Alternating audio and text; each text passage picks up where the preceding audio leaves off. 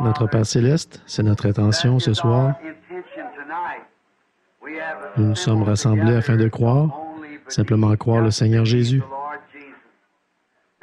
Il y a ici ce soir ceux qui sont malades et affligés, et nous avons consacré notre service à la guérison des malades et des corps brisés.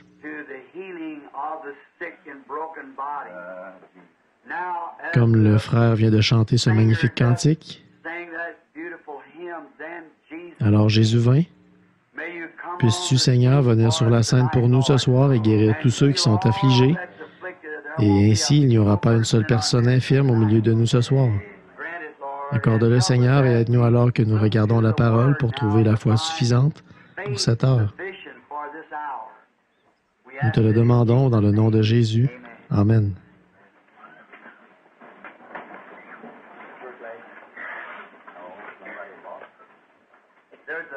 Il y a une paire de lunettes ici que quelqu'un a perdue et qui a été trouvée dans l'Église. Si elles vous appartiennent, elles sont ici sur l'estrade, sur la chaire. Je sais que beaucoup travaillent et qu'ils doivent rentrer tôt chez eux. Ainsi, je ne parlerai pas très longtemps. Et ensuite, il y aura une ligne de prière pour les malades.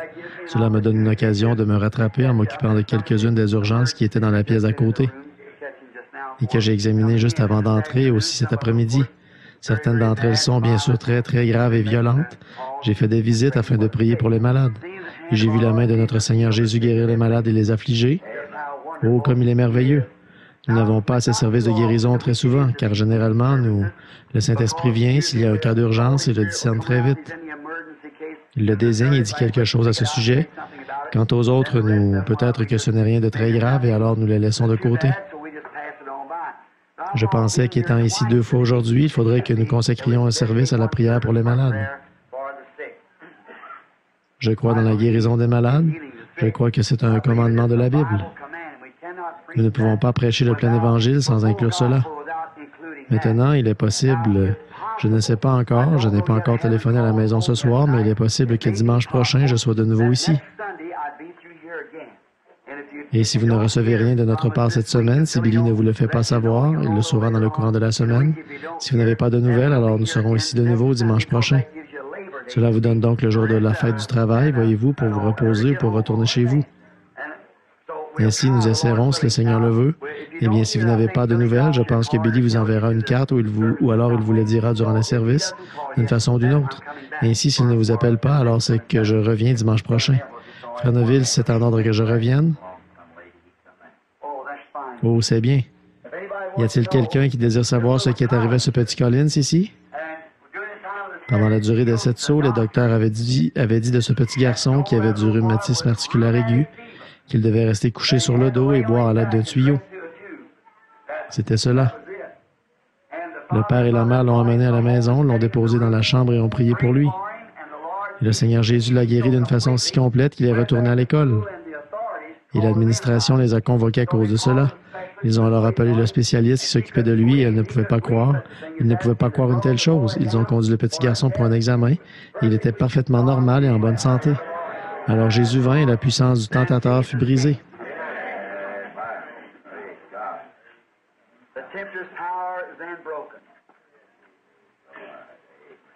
Vous savez, c'est étrange. J'allais demander à quelqu'un de chanter ce cantique ce soir. Et alors que je m'occupais des personnes dans la pièce à côté, voici quelqu'un qui le chante ici. Alors Jésus vint. Si on ne l'avait pas chanté, j'aurais demandé à quelqu'un de le faire avant que je ne prenne la parole ce soir. Ainsi, il fait toutes choses parfaitement. Maintenant, beaucoup d'entre vous qui avez une longue distance à parcourir vont attendre jusqu'au matin. J'apprécie cet effort. Certains d'entre vous rentreront chez eux ce soir parce qu'ils doivent reprendre le travail demain matin de bonne heure, et je sais que c'est pénible. Et alors, quand je pense à cela, j'ai aussi des passes, vous savez, où j'ai le cafard. J'arrive à un point où ce qui me gêne, c'est que j'ai ces moments quand je suis surmené, et Satan vient me dire,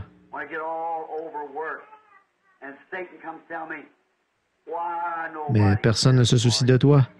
Au fond, vois-tu, tu n'as pas un seul ami dans le monde. » Et cela, souvenez-vous que je ne suis pas immunisé contre la tentation. Je dois surmonter cela.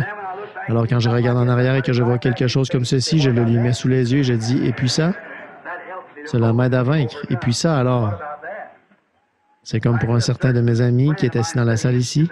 Il y a un clan, une sorte de clan, qui ne croit pas dans la guérison divine, qui est venu récemment vers ce jeune homme et lui a dit, « Cette histoire qu'il prêche là-bas au sujet de cette guérison divine, cela ne vaut rien. »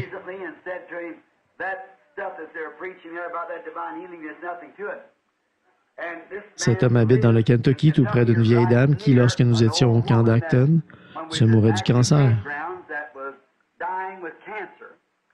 Et sa sœur vint à la réunion ce soir-là avec un mouchoir qu'elle avait pris dans son sac à main.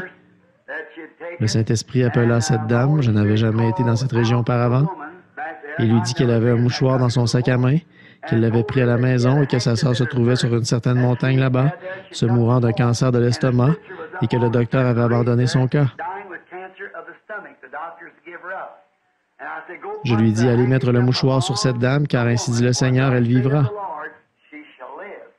C'est le soir où les voisins pensèrent qu'il y avait là-bas l'armée du salut, lorsque frère Ben y alla, et ensuite, cette dame fut si parfaitement guérie qu'elle peut faire son propre travail et le travail du voisin.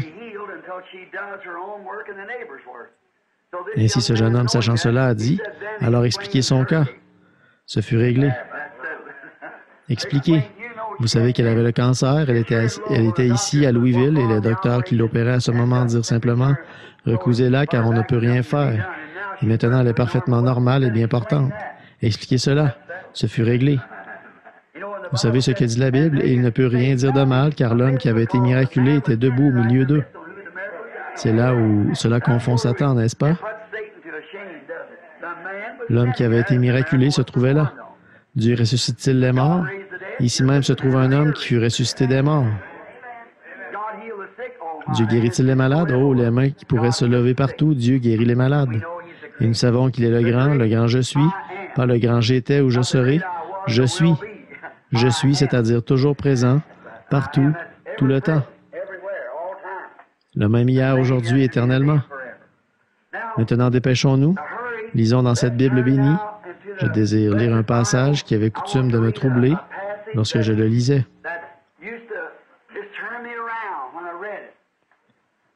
Et je désire avoir une ligne de prière ce soir et je prierai pour tous ceux qui le désirent. Et maintenant, nous allons lire dans Marc chapitre 11, et nous allons commencer à lire vers le verset 22 du chapitre 11 de Marc.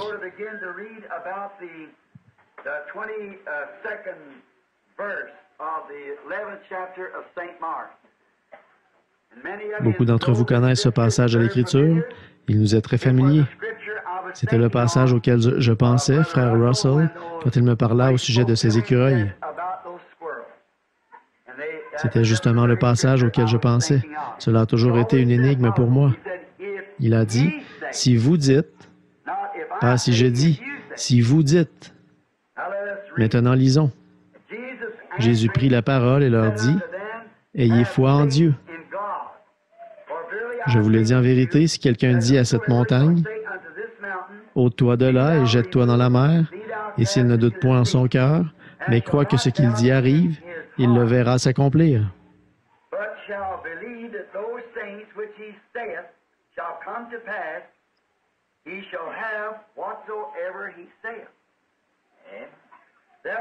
C'est pourquoi je vous dis, tout ce que vous demanderez en priant, croyez que vous l'avez reçu et vous le verrez s'accomplir.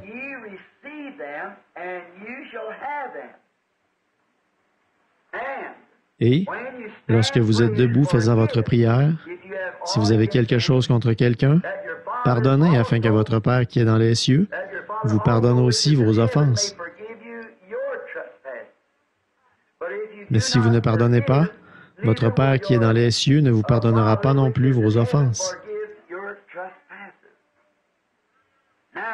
Ainsi, la foi est basée sur le pardon. Et, alors, comme nous l'avons dit ce matin, essayant de placer l'Église là où nous pouvons réellement voir les temps apostoliques agissant au milieu de nous, c'est de cela que nous avons tous faim. Cela se trouve juste à la porte, nous le voyons, mais nous voulons en voir plus. Nous voulons que ce soit une telle effusion que cela nous aide à nous déverser sur d'autres. Souvenez-vous, Jésus, comme nous l'avons dit dans la leçon ce matin, n'a jamais utilisé sa puissance pour lui-même. Il l'utilisa pour les autres. C'est pour cela qu'il fut envoyé. Et vous pensez parfois, pourquoi un homme comme lui, qui était si plein de puissance, devrait-il être une fois malade? Oui, monsieur.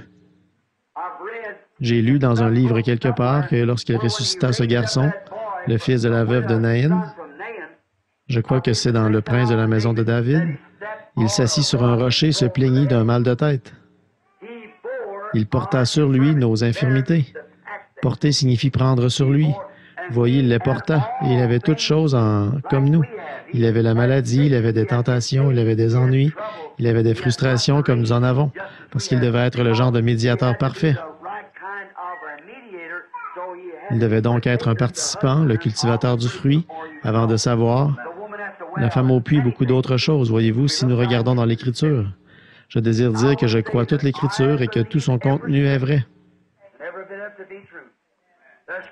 Il y a des critiques aujourd'hui qui ne veulent pas le croire. Un critique a dit une fois que lorsque Jésus envoya ses disciples à l'endroit et au carrefour où leur nom était attaché, il avait arrangé cela d'avance. Voyez-vous, ils ne comprennent pas que c'est Dieu qui l'arrangea d'avance. L'autre jour, Dieu m'a dit au sujet de Frère Dao, qui est ici, que je lui serrerais de nouveau la main dans la rue.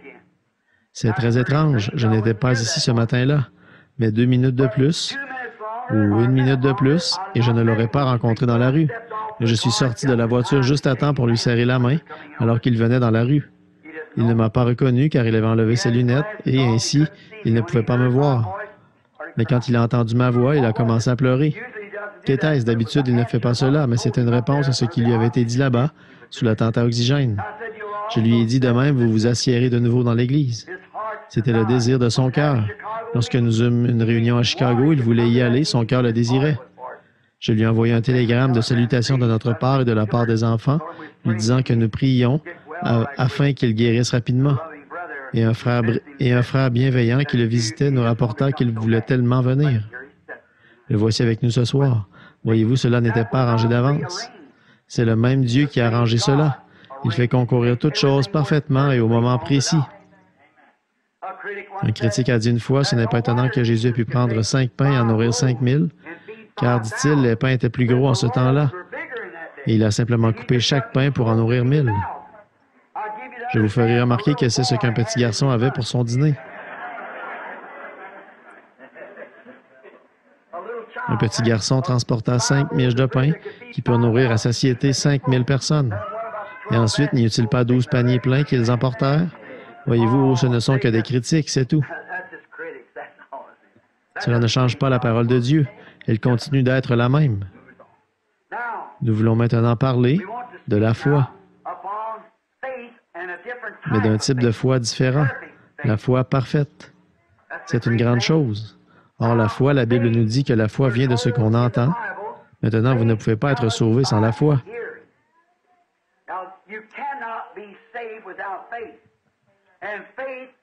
Et la foi vous fait croire à l'existence de quelque chose que rien d'autre ne déclare, si ce n'est la foi.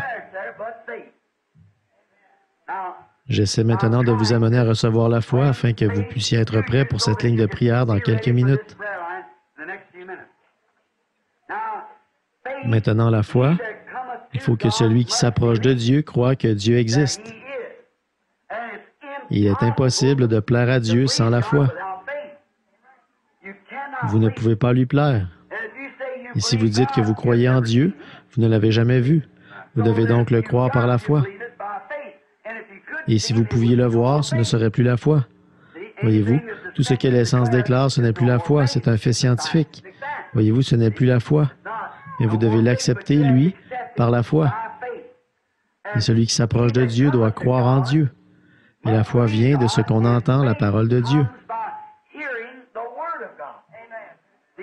Voyez-vous, vous devez croire premièrement que ceci est la parole de Dieu, et vous devez venir à Dieu par la parole.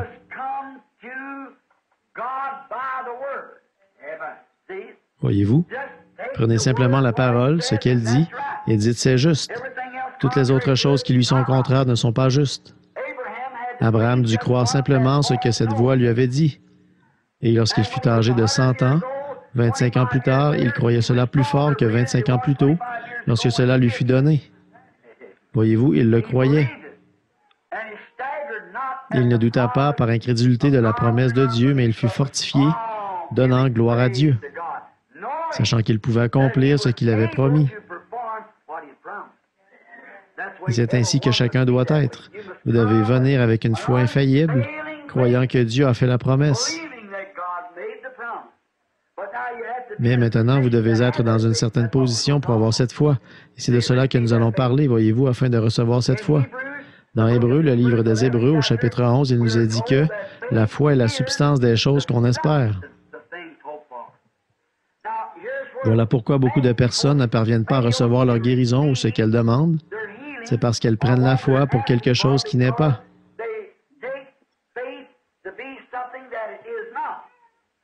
Voyez-vous, ils ne croient pas cela. Ce n'est pas de l'imagination.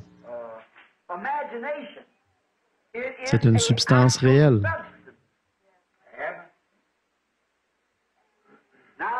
Maintenant, écoutez attentivement. Voyez-vous, ce n'est pas ce que vous imaginez. C'est aussi réel pour vous que ce que n'importe quel autre sens de votre corps vous déclare. C'est aussi réel que si mes yeux déclarent « Ceci est un morceau de papier ». C'est aussi réel que de dire que ceci est une lampe. C'est aussi réel que de dire « Je sens ma veste ». C'est aussi réel que d'entendre ce bébé là-bas parler ou faire de petits bruits. Voyez-vous, c'est aussi réel que d'entendre de la musique. C'est aussi réel que tout ce que je goûte dans ma bouche. C'est à ce point réel, seulement, vous ne pouvez pas le montrer à quelqu'un d'autre. Vous seul l'avez. Amen, c'est à vous. La foi est la substance, pas simplement un mythe. Tellement de personnes viennent. Maintenant, ce sont des leçons vraiment profondes. Je les effleurerai seulement. Ensuite, vous pourrez encore creuser. Notez bien, c'est quelque chose que vous possédez. Pas de l'imagination. Si vous l'avez réellement. C'est aussi réel pour vous que n'importe quelle autre chose qu'il puisse y avoir. C'est aussi réel pour vous que de savoir que vous roulez en automobile, aussi réel pour vous que de savoir que vous êtes assis dans une église, aussi réel pour vous que d'entendre ma voix. C'est une substance, pas une imagination, pas une émotion, mais c'est quelque chose que vous avez, et cela vous vient en entendant la parole de Dieu, et cela seulement. La foi vient de ce qu'on entend et de ce qu'on entend la parole de Dieu. Cela fait alors que votre foi n'est pas dans un individu. Elle n'est pas dans un homme. Elle n'est pas dans une organisation. Elle n'est pas dans un groupe de gens. Elle est en Dieu parce que Elle est en Dieu parce que Dieu est la parole. Votre foi est en Dieu. La foi vient en entendant la parole de Dieu. Alors quand Dieu, par sa parole, pas parce que quelqu'un d'autre a fait, ni parce que quelqu'un d'autre a dit, mais parce que la parole de Dieu dit, que toute parole d'homme, il dit que toute parole d'homme soit mensonge et la mienne reconnue pour vraie. Si vous voyez quelqu'un faire quelque chose par une parole, un acte de Dieu, une promesse de Dieu, beaucoup diront, je peux aussi faire cela. Mais c'est de l'imagination. Quand ils le font, vous les retrouvez ensuite naufragés quelque part. Cela doit être une substance. Or, c'est potentiellement de la foi. C'est quelque chose qui vous amènerait à la foi. Potentiellement, c'en est. C'est comme si vous me demandiez un chêne et que je vous donne un gland. Potentiellement, vous avez un chêne, mais il ne s'est pas encore développé.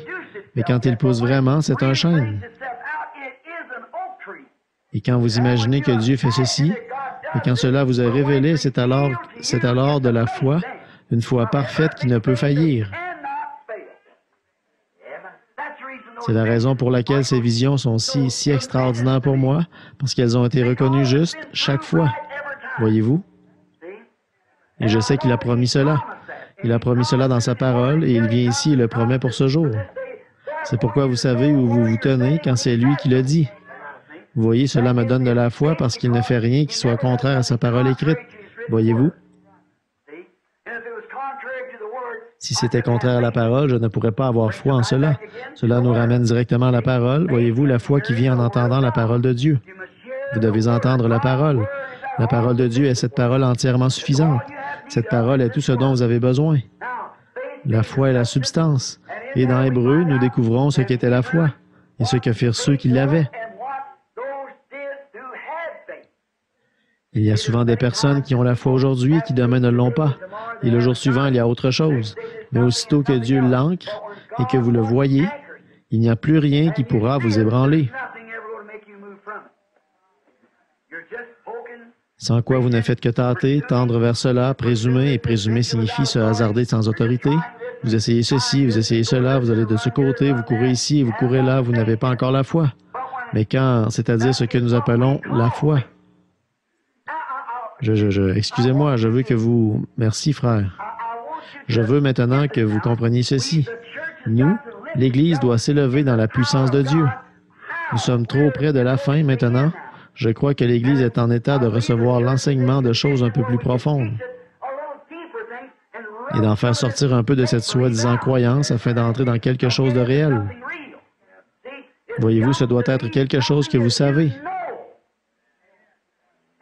Et si vous dites, Frère Branham, cela n'est pas la lumière, pourtant je sais que c'est la lumière. Comment savez-vous que c'est la lumière? Je la regarde. Mais comment savez-vous que vous ne pourriez pas être dans l'erreur? Ma vue m'a toujours déclaré que cela était la lumière. Voyez-vous? Et c'est la raison pour laquelle je crois ces visions. Cela a toujours été déclaré être la vérité, parce que cela vient de la parole. Alors s'il le dit, c'est réglé. Lorsque c'est déclaré ainsi, il n'y a plus besoin de supposer. Cela va être ainsi. Alors vous entendez que c'est ainsi dit le Seigneur, parce que c'est au-delà de la pensée humaine. C'est en haut, dans les domaines de la pensée du Seigneur. Mais vous êtes ici comme le cep, comme un sarment qui produit le fruit qui est dans le cep. Voyez-vous, Dieu utilise des hommes et uniquement des hommes.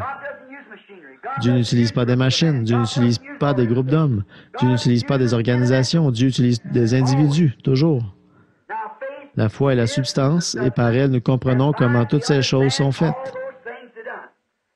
Ce n'est pas une imagination, c'est une substance, et spécialement la foi parfaite.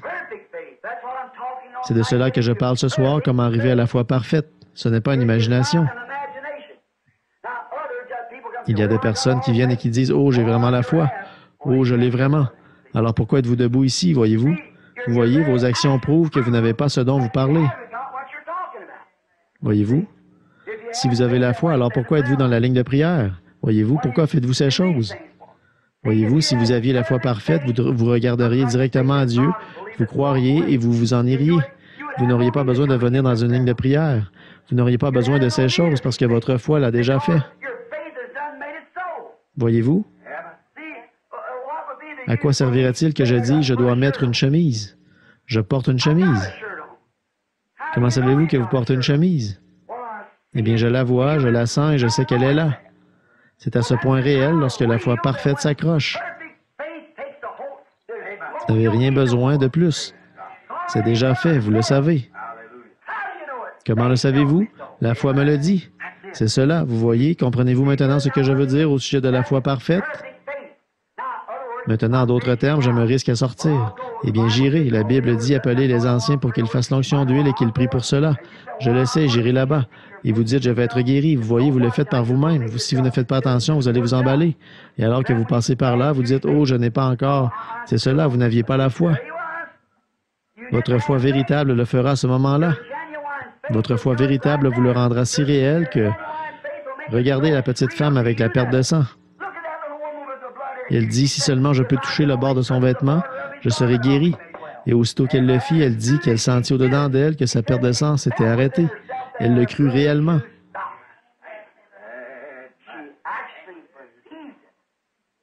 Et quand elle le toucha, pour prouver qu'elle s'était arrêtée, Jésus se retourna et dit, « Qui m'a touché? » Ceci est la foi parfaite. Et cette même foi parfaite, ce soir, touchera Jésus-Christ comme elle le fit alors. La femme vint avec une foi parfaite à ce moment-là. Maintenant, nous voyons qu'au commencement, les disciples n'avaient pas cette foi parfaite. Ils ne l'avaient pas, parce qu'ils avaient eu Christ et qu'ils avaient marché avec lui. Mais ensuite, ils eurent Christ en eux. Par conséquent, vous voyez qu'il est difficile d'avoir cette foi parfaite sans le Saint-Esprit. Il doit la susciter.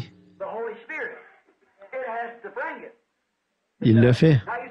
Maintenant, vous dites que les disciples n'avaient pas la foi parfaite? Non, car ils avaient là un enfant épileptique et ils essayaient de chasser ce démon hors de lui, mais ils ne purent pas le faire.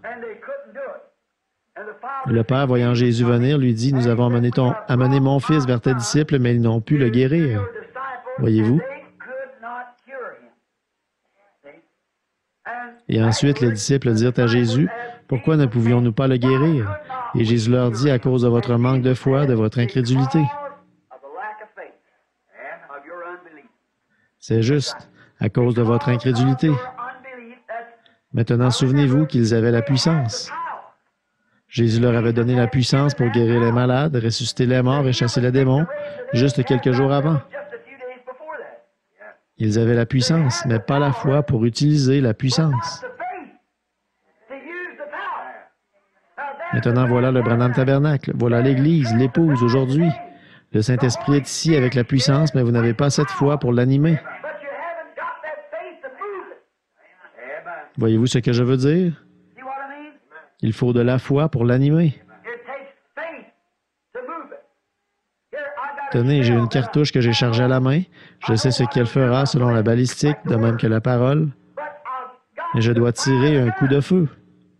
Le feu doit arriver à la poudre. La poudre a la puissance, mais elle doit avoir le feu pour l'allumer. Et c'est la même chose. La poudre est dans la cartouche, mais elle a besoin de la foi pour l'allumer et la projeter dehors.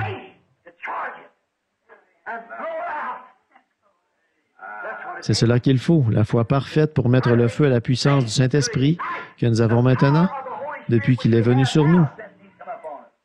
La foi pour mettre le feu, pour voir de grandes choses. La foi, quelque chose qui vous présente cela.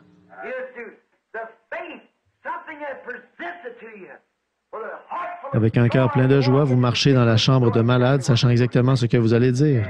Vous y pénétrez en sachant ce qui va arriver, car quelque chose a déjà été révélé et vous le savez. Alors vous entrez et dites, « Au nom de Jésus-Christ, levez-vous de là. » Ainsi dit le Seigneur. Vous y êtes. C'est la foi parfaite. S'il y avait 10 millions de personnes à cet endroit disant que cela n'arriverait pas, vous savez que cela arrivera de toute façon parce que vous le savez. Cela arrivera. Peu importe ce que quiconque peut dire, vous êtes celui qui a la foi. Pourriez-vous vous imaginer Josué rassemblant les anciens d'Israël et leur disant, « Hé, frères, nous sommes les serviteurs du Seigneur, et j'aimerais que vous lui demandiez s'il serait d'accord de nous donner un peu plus de lumière solaire et de retenir le soleil pendant un petit moment. »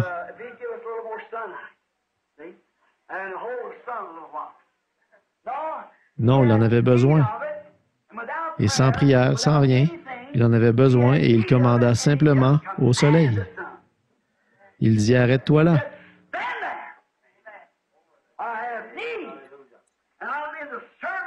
J'en ai besoin, je suis au service du Seigneur et il m'a envoyé ici pour faire ce travail.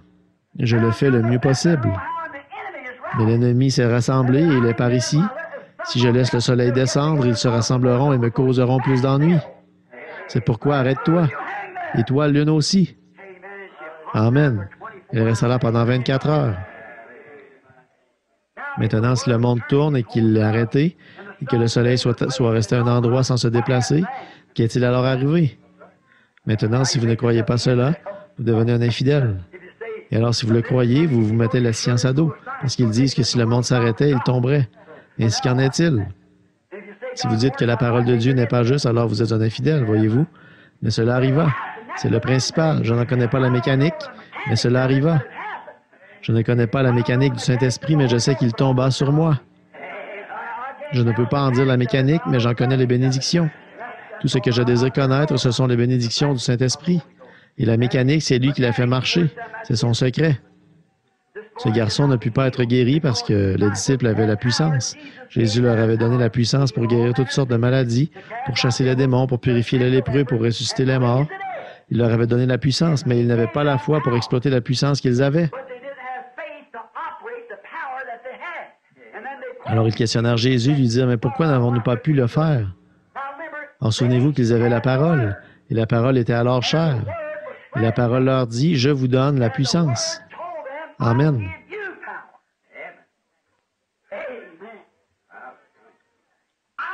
Je vous donne la puissance. Et ils avaient la puissance, mais ils n'avaient pas la foi pour actionner la parole qui était en eux. Voyez-vous ce que je veux dire? Mais Jésus l'avait.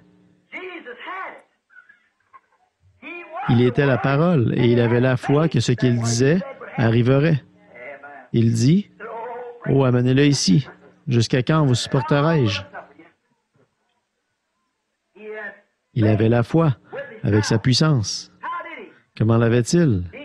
Il dit, « Je ne peux rien faire de moi-même. » Pourquoi?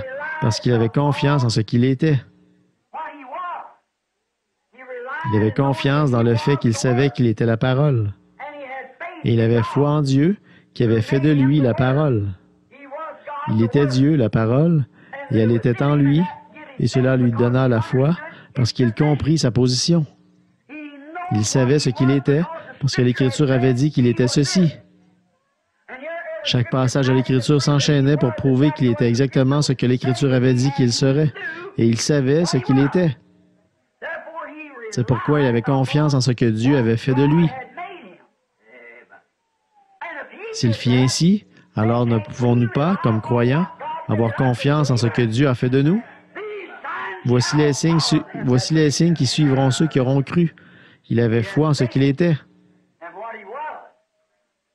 Et si vous êtes un croyant, vous avez foi en ce que vous êtes. Vous êtes un croyant. Et si vous avez foi en Dieu, la Bible dit, si notre cœur nous condamne, nous ne pouvons pas avoir la foi. Mais si notre cœur ne nous condamne pas, nous avons alors la foi. Nous avons de l'assurance envers Dieu. Si vous voulez le lire, cela se trouve dans Jean 3, 21. J'ai inscrit le passage de l'Écriture. Maintenant, remarquez. Jean, je veux dire 1 Jean 3, 21. Écoutez. Si notre cœur ne nous condamne pas, nous avons de l'assurance devant Dieu. Mais aussi longtemps que vous faites des choses qui sont fausses, vous ne pouvez pas vraiment avoir de l'assurance devant Dieu.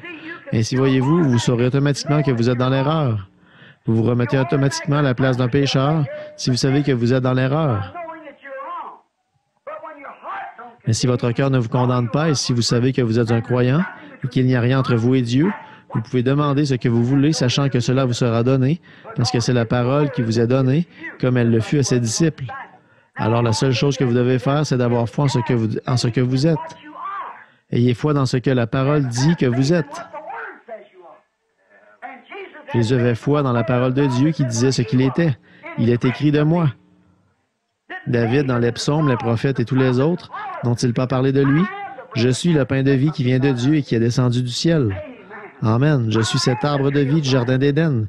Je suis toutes ces choses. Je suis celui qui suis. Il savait avec cette foi parfaite qu'il était le Messie oint et que l'Esprit de Dieu était sur lui. Il dit, « De moi-même, je ne peux rien faire, mais c'est ma foi en Dieu. » Dieu était en lui, la parole rendue manifeste. Et quand la parole de Dieu vient en vous, elle est rendue manifeste car vous êtes un croyant. Voyez-vous, et un croyant, c'est la foi de Dieu agissant en vous. Vous aimez ça? J'aime enseigner ce qu'est réellement la foi. Il savait qui il était, et sans l'ombre d'un doute, il savait qu'il était le Fils de Dieu. Il le savait car la parole identifiait. La parole de Dieu identifiait qui il était. Il dit, si je ne fais pas les œuvres de mon Père, alors ne me croyez pas. Si je ne fais pas ces œuvres-là, ne me croyez pas. Mais si je les fais, alors croyez en elles, car elles sont la manifestation de la parole qui avait été promise. Oh, si seulement vous pouviez vous éveiller à cela une minute. Vous voyez, la parole elle-même identifiait qui il était. Et il dit, qui de vous me convaincra de péché? En d'autres termes, qui peut me montrer que ma vie et mes œuvres n'accomplissent pas exactement ce qu'on attend du Messie? Personne n'a pu rien dire, car c'est ce qu'il était. Il avait alors la foi pour croire que tout ce qu'il dirait s'accomplirait. Ensuite, il se retourna et dit, « Les œuvres que je fais, vous les ferez aussi. Encore un peu de temps et le monde ne me verra plus, mais vous me verrez, parce que je serai avec vous et même en vous. Ne vous inquiétez pas de ce que vous direz, car ce n'est pas vous qui parlerez, c'est votre Père qui habite en vous, qui parlera. Et ce n'est pas moi, c'est le Père qui demeure en moi qui accomplit les œuvres. » Voyez-vous ce que je veux dire? L'identification d'un chrétien de l'Écriture, ce sont ces mots que Jésus prononça. Ces signes suivront ceux qui auront cru. Comment pouvez-vous vous appeler un croyant, un peuple, et nier ces mots?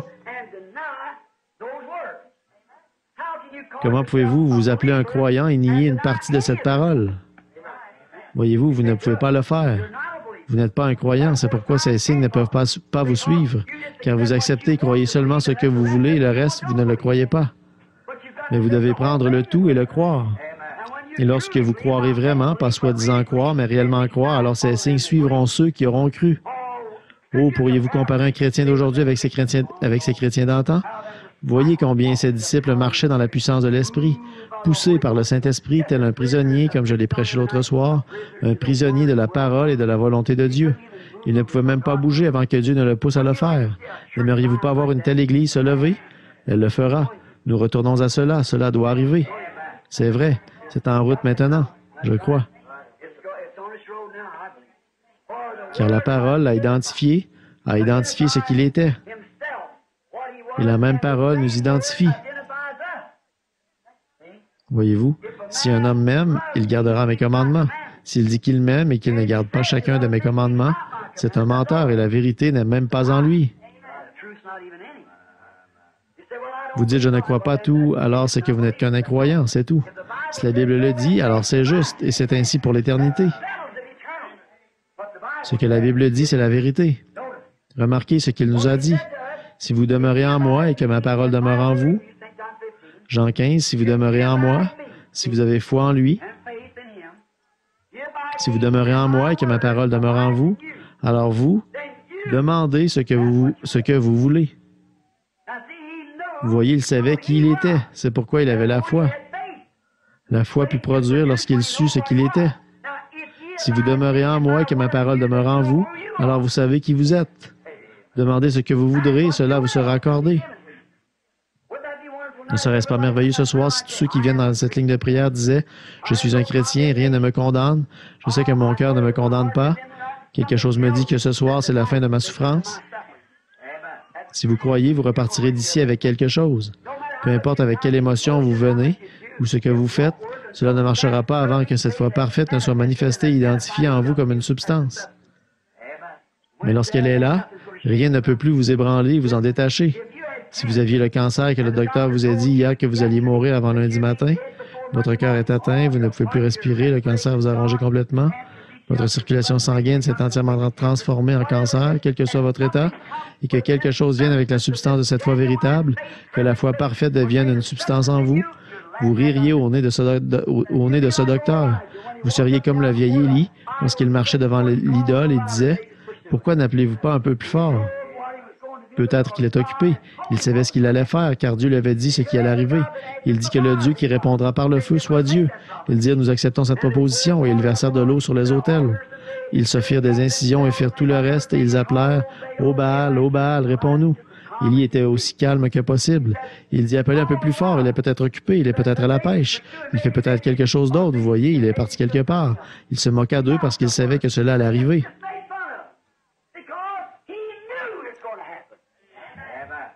Oh, regardez ce qu'il fit lorsque tout fut en ordre. Il alla là-bas et dit Éternel, Dieu d'Abraham, d'Isaac et d'Israël. Il n'utilisa pas le nom de Jacob, filou. Il l'appela Israël, prince avec Dieu. Éternel, Dieu d'Abraham, d'Isaac et de ce prince, Jacob, que l'on sache aujourd'hui que je suis ton serviteur et que j'ai fait ceci, non selon mon désir ni de moi-même, mais sur ton ordre.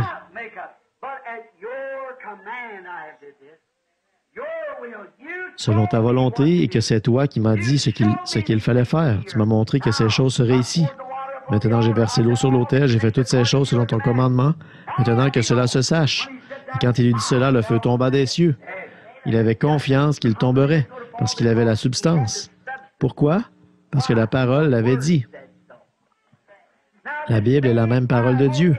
Et quand vous pouvez recevoir la substance, ce qui est la foi parfaite, la substance que cette promesse faite par Dieu vous appartient. Comment vous sentez-vous, Frère Branham, quand vous êtes là debout et que vous voyez venir des personnes parlant dans différentes langues? Avez-vous peur? Non, monsieur, non, c'est lui qui l'a dit. Je n'ai encore jamais eu peur parce que c'est lui qui me l'a dit et je crois que c'est la vérité. S'il me disait ce soir d'aller au cimetière présidentiel et de ressusciter demain matin George Washington, j'inviterais le monde entier et je dirais venez le voir s'accomplir. Amenez tous les critiques possibles et mettez-les là autour, car vous allez voir la gloire de Dieu. Mettez cette chaise à cet endroit afin que vous puissiez vous asseoir et vous reposer un petit peu, un petit moment. Il sera là dans un moment aussitôt que je l'appelle. Lorsque je vis cette nuit, ou plutôt ce jour-là, ce petit garçon en Finlande qui était étendu mort depuis une demi-heure, le corps écrasé, le sang coulant des yeux, du nez et des oreilles, ses petites jambes brisées dans ses petites chaussettes et ses pieds sortant du bout de ses chaussettes, plus de souliers. Alors que je regardais cela, je pensais, ça devrait être ce garçon-là. Je dis, dites, regardons à la fin de cette Bible, frère Moore. Frère Lindsay et frère Moore regardèrent et c'était écrit, il arrivera, dit le Seigneur, oh là là, que, dans un pays où il pousse beaucoup de sapins et où des rochers sont amoncelés, il y aura un petit garçon aux cheveux coupés courts. Il portera des pantalons courts qui se boutonnent ici en haut et des chaussettes longues. Il aura les yeux bruns et ceux-ci seront révulsés. Il sera tué dans un accident d'automobile. Mais tu poseras tes mains sur lui et il reviendra à la vie. C'était écrit là et il était étendu là. Amen, attendant la parole. J'ai dit, si ce garçon n'est pas vivant d'ici 2 minutes, alors je suis un faux prophète, chassez-moi hors de Finlande. Mais s'il est vivant, tombez sur votre face et repentez-vous. J'ai dit, mort, tu ne peux le retenir. J'ai réclamé son esprit selon la parole de Dieu au nom de Jésus-Christ et il se leva d'un bond. C'est vrai. Vous voyez, la foi s'y accrocha. Dieu l'a dit et le voilà. C'est Dieu qui parle en ce jour par des visions. Mais si cette vision était contraire à ceci, elle serait fausse. Ceci est plus que la vision. Si une vision est contraire à la parole, abandonnez-la. Elle n'est pas de Dieu. Dieu ne contredit pas sa propre parole. Ainsi, si cette parole vous dit quelque chose, alors vous pouvez avoir la même confiance que cela va arriver. Il n'y a rien.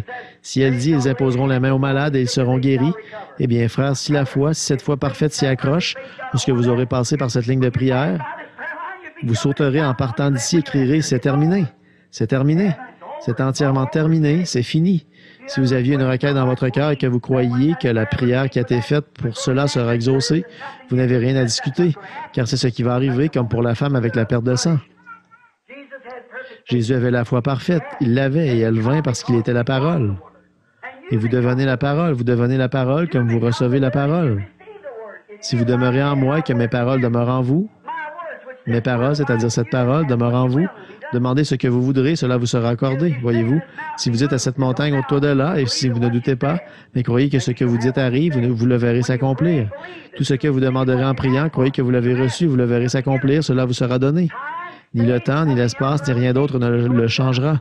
Vous savez que c'est fait. C'est déjà fini. Maintenant, regardez, il nous a dit, si vous demeurez en moi et que ma parole demeure en vous, ici dans Jean, demandez ce que vous voudrez et cela vous sera accordé. Alors, reconnaissez votre position dans l'Écriture en tant que croyant. Voyez-vous, vous devez reconnaître votre position de même qu'il reconnut sa position.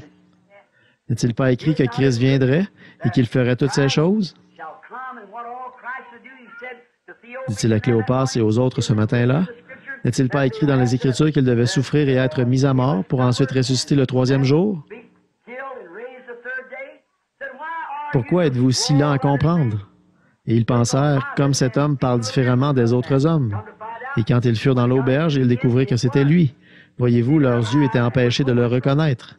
Toutefois, ils remarquèrent qu'il se référait continuellement à l'Écriture et ils surent que c'était lui. Vous devez croire en ce que vous demandez. Si vous êtes un croyant, reconnaissez-vous comme tel. Reconnaissez que ces choses sont pour vous. S'il y a une condamnation dans votre vie, commencez par rectifier cela, voyez-vous.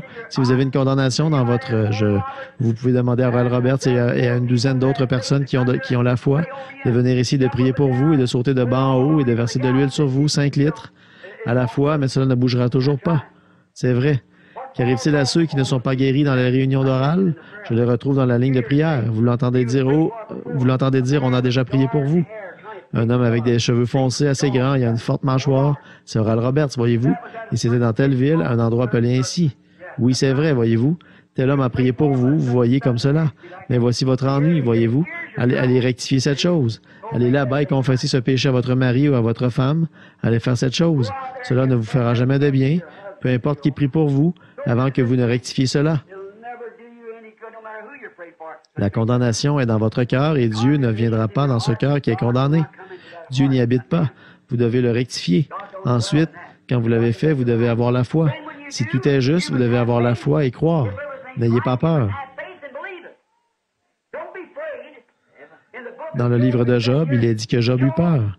Et ce qu'il craignit arriva effectivement. Qu'est-ce qui en fut la cause? Sa crainte. C'est ce qui le fit arriver. Sa foi le regardait de cela, mais sa crainte le lui amena. Il avait peur que cela n'arrive et cela arriva. S'il avait su que cela n'arriverait pas, cela ne serait pas arrivé. Voyez-vous ce que je veux dire? Si vous avez peur lorsque vous venez dans la ligne de prière et que vous pensez « Peut-être que je n'ai pas une foi suffisante, cela n'arrivera jamais. » Ne vous inquiétez pas. Mais si vous savez que cela va arriver, cela arrivera. Voyez-vous, c'est la substance de quelque chose. Job craignit que ces choses ne lui arrivent et elles lui arrivèrent. Si vous craignez que votre maladie ne vous quitte pas, elle ne vous quittera pas. Si vous avez la foi, elle vous quittera. Demandez à n'importe quel médecin. La première chose qu'il fera, c'est de vous donner confiance dans le médicament qu'il vous donne. Si vous n'avez pas confiance en lui, vous feriez mieux de le laisser. Voyez-vous, c'est sûr. Alors, qu'est-ce que c'est? C'est la foi qui opère la guérison. C'est la foi qui fait cela tout le temps. Pierre, tout alla bien pour lui jusqu'à ce qu'il eût peur. La parole lui avait dit qu'il pouvait marcher sur l'eau. Il eut peur d'abord, car il pensa que c'était un fantôme, et il dit, « Seigneur, si c'est toi, ordonne que j'aille vers toi sur les eaux. » Il dit, « Viens. » C'est exactement la même chose que Jacques 5,14 et que Marc 16. Le même Dieu qui a dit cela a dit, « Viens. » Et ainsi, il commença à marcher. Tout allait bien. Il sortit du bateau et commença à marcher sur... Il y avait un gros orage sur la mer. Vous savez, avec de grandes vagues coiffées d'une crête blanche. Elles étaient plus grosses que les collines ici autour et l'écume se brisait sur eux. C'était terrifiant de voir peut-être ces 5 ou 6 mètres d'écume blanche et ces vagues qui se brisaient. Et ce fut une chose terrifiante pour lui de demander, « Seigneur, si c'est toi. » Voyez-vous, il ressemblait à une ombre ou à un esprit.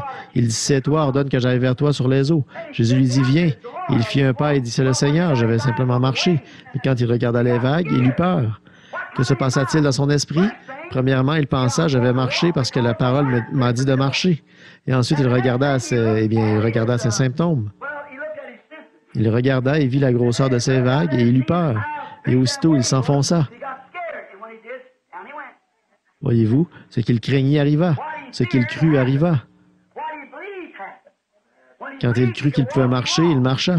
Quand il eut peur, malgré sa croyance, alors sa substance le quitta. Le voyez-vous, il professait toujours sa foi, mais il n'avait pas la substance. La substance aurait passé par-dessus cette vague et aurait été directement vers lui, s'il avait eu la foi parfaite, voyez-vous. Mais il ne l'avait pas, il pensait qu'il l'avait. Il l'avait au début, il était prêt à se hasarder en dehors du bateau. Le Seigneur m'a dit de le faire, cela doit arriver. Il sortit donc du bateau et s'en alla. Il ne pensa jamais aux vagues et combien elles étaient contraires. Cela ne lui vint jamais à l'esprit. Maintenant, quand vous commencez à penser, maintenant, attendez. Vous savez, j'ai été malade si longtemps, Stop! Vous feriez mieux de retourner sur le bateau, voyez-vous? Voyez-vous, mais quand vous arrêtez de penser à cela, Abraham ne considéra point que son corps était déjà usé et que Sarah n'était plus en état d'avoir des enfants. Il ne pensa pas à cela, il ne le considéra même pas. Cela ne lui vint même pas à l'esprit. Il ne le considéra même pas du tout. Il considéra seulement ce que Dieu avait dit et il alla de l'avant. Aussi longtemps que Pierre fit cela, il marcha. Mais Jésus vivait dans un monde que personne ne connaissait. Il était une personne étrange. Il vivait dans un monde de foi parfaite, dans le Dieu parfait, dans lequel il était.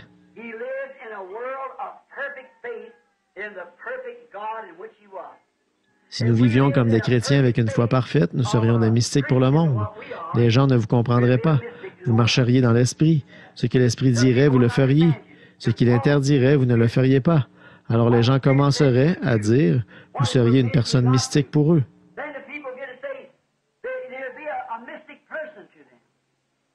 C'est ainsi pour tous les croyants. Ils sont des mystiques. Les gens ne comprennent pas parce qu'ils vivent dans un monde à eux. Jésus vivait dans un monde que personne d'autre ne pouvait toucher. Les disciples ne pouvaient pas le comprendre. Quand il leur parlait, il disait ensuite, « Tu parles par énigme. Nous ne comprenons pas ceci. Comment cela peut-il être? » Voyez-vous, il n'était pas dans le monde dans lequel il vivait. Il ne pouvait pas le comprendre. Personne ne pouvait le comprendre. Ainsi, quand un homme vit par la foi et marche par la foi, je veux dire la foi en tant que substance, il est isolé du monde entier et devient une nouvelle créature en Christ. Maintenant, vous arrivez dans la matière pour l'épouse, voyez-vous? Maintenant, vous arrivez dans la condition nécessaire pour l'enlèvement. Cela veut dire que chacun d'entre nous, pas seulement le pasteur, les diacres ou les administrateurs, mais aussi les laïcs, chaque individu marche dans un monde avec Dieu seul. Vous êtes baptisés dans ce royaume, mais il n'y a personne là, si ce n'est vous et Dieu. Voyez-vous, il donne les ordres et vous les exécutez. Quoi qu'il dise, il n'y a nulle part l'ombre d'un doute, vous continuez votre marche. Si le Seigneur dit ceci, il n'y a personne au monde qui puisse vous en dissuader, vous continuez à avancer de la même façon. Maintenant, vous arrivez à cette foi parfaite, une parfaite perfection qui ne peut faillir. Cette foi-là ne faillit jamais. Oui, il était un mystique pour eux, avec sa foi parfaite. Mais c'est comme ça maintenant, ceux qui ont la foi parfaite sont des mystiques pour les autres. La Bible nous enseigne de résister au diable et il fuira loin de nous. Lui résister, c'est simplement le repousser. Lui résister, c'est vous éloigner de lui. Si Dieu vous a dit une certaine chose, peu importe ce que le diable essaie de vous dire, vous ne l'écoutez même pas. Vos oreilles sont sourdes à tout, sauf à ce que l'Esprit dit. Voyez-vous, que celui qui a des oreilles entende ce que l'Esprit dit aux églises. Celui qui possède un poste d'écoute capte ce que l'Esprit dit aux églises. Voyez-vous? Ce que Satan dit, je ne peux pas, cela n'a rien à voir. Si vous enseignez cela, la dénomination vous jettera dehors. Cela n'a rien à voir. Il continue à avancer de la même façon. Que celui qui a des oreilles entende ce que l'Esprit dit aux églises. Vous savez qu'il est constamment dit dans la Bible que celui qui a la foi, que celui qui a des oreilles pour entendre, entende, voyez-vous? Que celui qui a de l'intelligence calcule le nombre de la bête. Toutes ces différentes choses. Que celui qui a le dise aux autres afin qu'ils puissent en avoir. Et c'est de la foi que nous parlons maintenant, la foi que vous devez avoir, cette foi parfaite. Cette foi qui dit oui. Il n'y a rien qui puisse dire non lorsque Dieu dit oui. Voyez-vous, quand il dit oui, c'est oui. Et rien ne peut vous l'enlever. Avec sa foi parfaite, il était très étrange. Et le diable ne restera pas autour de lui très longtemps. Nous avons eu cela dans la leçon ce matin, lorsqu'il vint en bluffant avec cette grande conception intellectuelle pour narguer Jésus. Il découvrit qu'il avait touché une ligne de courant de 10 000 volts et cela le jeta de nouveau en arrière. Oui, monsieur, et il dit, il est écrit, « L'homme ne vivra pas de pain seulement. » Il reçut alors un choc. Il revint un peu plus doucement la fois suivante lorsqu'il dit, « Tu es un grand homme. Tu peux te mettre ici en haut et être quelqu'un. » Il dit, « Arrière de moi, Satan. » Oh là là, ce qu'il rencontra. « Et tu ne tenteras point le Seigneur ton Dieu. » Voyez-vous, il prouva à Satan qu'il était le Seigneur Dieu. Car il est écrit, tu ne tenteras point. Si Satan n'avait pas reconnu que c'était le Seigneur Dieu, il aurait dit, attends une minute, tu n'es pas cette personne. Mais il savait faire mieux que de dire cela à Jésus. Il savait sur quel terrain se tenir. Jésus dit, tu ne tenteras pas le Seigneur ton Dieu. Et c'est ce qu'il était. Et Satan savait faire mieux que de dire cela, car les œuvres de Jésus avaient déjà prouvé qu'il était le Seigneur ton Dieu. Notez bien, voici un autre point. La foi parfaite a la maîtrise de toutes les circonstances. La foi parfaite maîtrise toutes les circonstances. Peu importe ce que c'est, elle le maîtrise. Maintenant, observez. Quand vous croyez quelque chose ou que vous faites quelque chose et que vous avez foi en ce que vous faites, peu importe ce que sont les circonstances, elles n'ont rien à voir avec cela. Voyez-vous, elle maîtrise ces circonstances. Si c'est dans une chambre de malade et que le Seigneur a révélé que cette certaine chose va arriver, vous le dites et vous allez de l'avant. Oh, est-ce que... Ne posez pas de questions, c'est déjà fini. Allez de l'avant, voyez-vous. Elle maîtrise toutes les circonstances. Eh bien, si vous faites ceci, un tel va faire cela, voyez-vous, elle a déjà maîtrisé cela. Voyez-vous, la foi croit que Dieu le mènera à bien. Je ne sais pas comment il le fera, mais il le fera de toute façon, voyez-vous. Elle maîtrise toutes les circonstances. La foi et l'amour sont parents, car vous ne pouvez pas avoir la foi à moins que vous ayez l'amour, parce que votre foi est dans un Dieu qui est l'essence même de l'amour. La foi et l'amour travaillent ensemble. Tenez, c'est comme pour un jeune couple. Vous prenez un jeune homme et une jeune fille qui tombent amoureux l'un de l'autre, alors qu'ils vont de l'avant et qu'ils commencent à mieux se connaître. Leur cœur commence à battre à l'unisson. Voyez-vous, pourtant ils ne sont pas encore mariés et femmes, mais leur amour les lie et ils ont confiance l'un dans l'autre. Maintenant, s'ils s'aiment vraiment, et si vous savez que cette fille vous aime, et si elle sait que vous l'aimez, vous avez confiance. Vous avez foi l'un dans l'autre. Vous avez foi l'un dans l'autre. Si vous ne l'avez pas, vous feriez mieux de ne pas vous marier. Voyez-vous? Vous devez donc avoir foi. Et si vous les séparez, que vous en mettiez un à l'extrême sud et l'autre à l'extrême nord, ils auraient toujours cet amour l'un pour l'autre. Où qu'ils se trouvent, ils sont aussi fidèles l'un à l'autre que possible parce qu'ils s'aiment. Et si vous aimez le Seigneur, pas seulement pour échapper à l'enfer, mais si vous aimez le Seigneur, alors vous avez foi en Dieu. Voyez-vous, si vous l'aimez vraiment. C'est comme ce qui est arrivé ici à Louisville. Il n'y a pas longtemps, il y avait une demoiselle chrétienne depuis de nombreuses années qui tombe amoureuse d'un homme qui, lui, était chrétien depuis environ 2 ans. Et ainsi, ils se marièrent, ils s'aimaient et avaient confiance l'un dans l'autre, et ils se marièrent. Et la femme dit à son mari, « Chérie, cela doit être difficile pour toi, car tu n'es qu'un jeune chrétien, et tu as dû passer par tant de choses, car il buvait. » Elle dit, « Tu as dû passer par tellement de choses, et je sais que tu dois être terriblement tenté. » Mais, dit-elle, « Je désire maintenant que tu saches une chose. Si tu tombes, si tu as une tentation et que tu y succombes, ne reste pas loin de la maison, mais reviens. Reviens ici parce que je serai ici même à t'attendre et je t'aiderai à prier jusqu'à ce que tu aies la victoire. Je resterai avec toi parce que lorsque je t'ai épousé, je l'ai fait parce que je t'aimais. Et peu importe ce que tu es, je t'aimerai toujours. » Quelques jours après cela, alors qu'il mangeait son dîner avec d'autres hommes dans la chaufferie, il leur parla de cela et leur dit, « Comment un homme pourrait-il faire une seule fois quelque chose de mal quand il y a quelqu'un qui vous aime ainsi, voyez-vous? C'est cela, comment pourriez-vous abuser de cette confiance?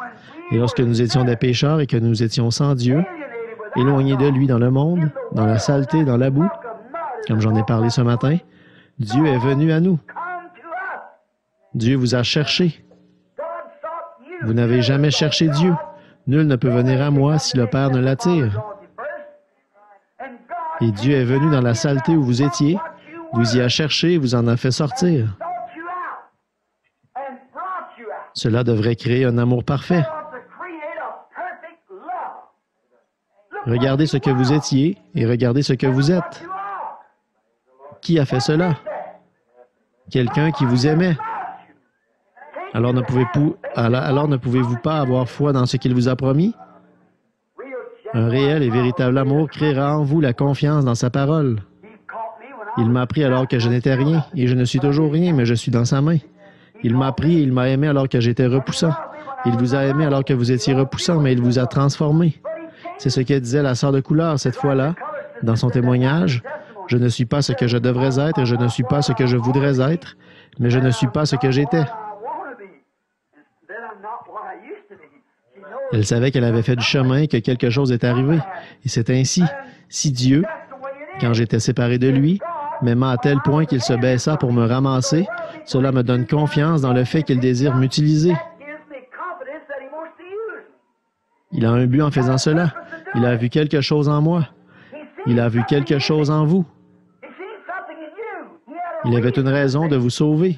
Regardez les gens qui ne sont pas sauvés aujourd'hui. Regardez les millions qu'il aurait pu prendre à votre place, mais il vous a pris, vous. Amen. Personne ne peut prendre votre place. Amen. Vous êtes dans l'économie de Dieu. Personne ne peut le faire. C'est son amour envers vous. Alors votre amour ne va-t-il pas s'élever de nouveau vers lui? C'est là une affaire d'amour. Peu importe la situation, les circonstances sont maîtrisées par cet amour qui crée la foi. Quand Dieu vous aime et que vous aimez Dieu, et que vous vous aimez l'un l'autre, cela apporte la foi. Très bien. Alors rien ne peut empêcher que cela produise exactement ce que Dieu a promis de faire. Maintenant, regardez. La foi parfaite est pure, aussi pure que l'amour. Voyez-vous? Lorsque vous aimez quelqu'un et que vous avez de l'amour pour votre mari ou pour votre femme, il n'est pas nécessaire que quelqu'un vienne vous dire que vous ne le faites pas, parce que vous le faites et vous le savez. Maintenant, si je vous demandais comment pouvez-vous prouver que vous le faites?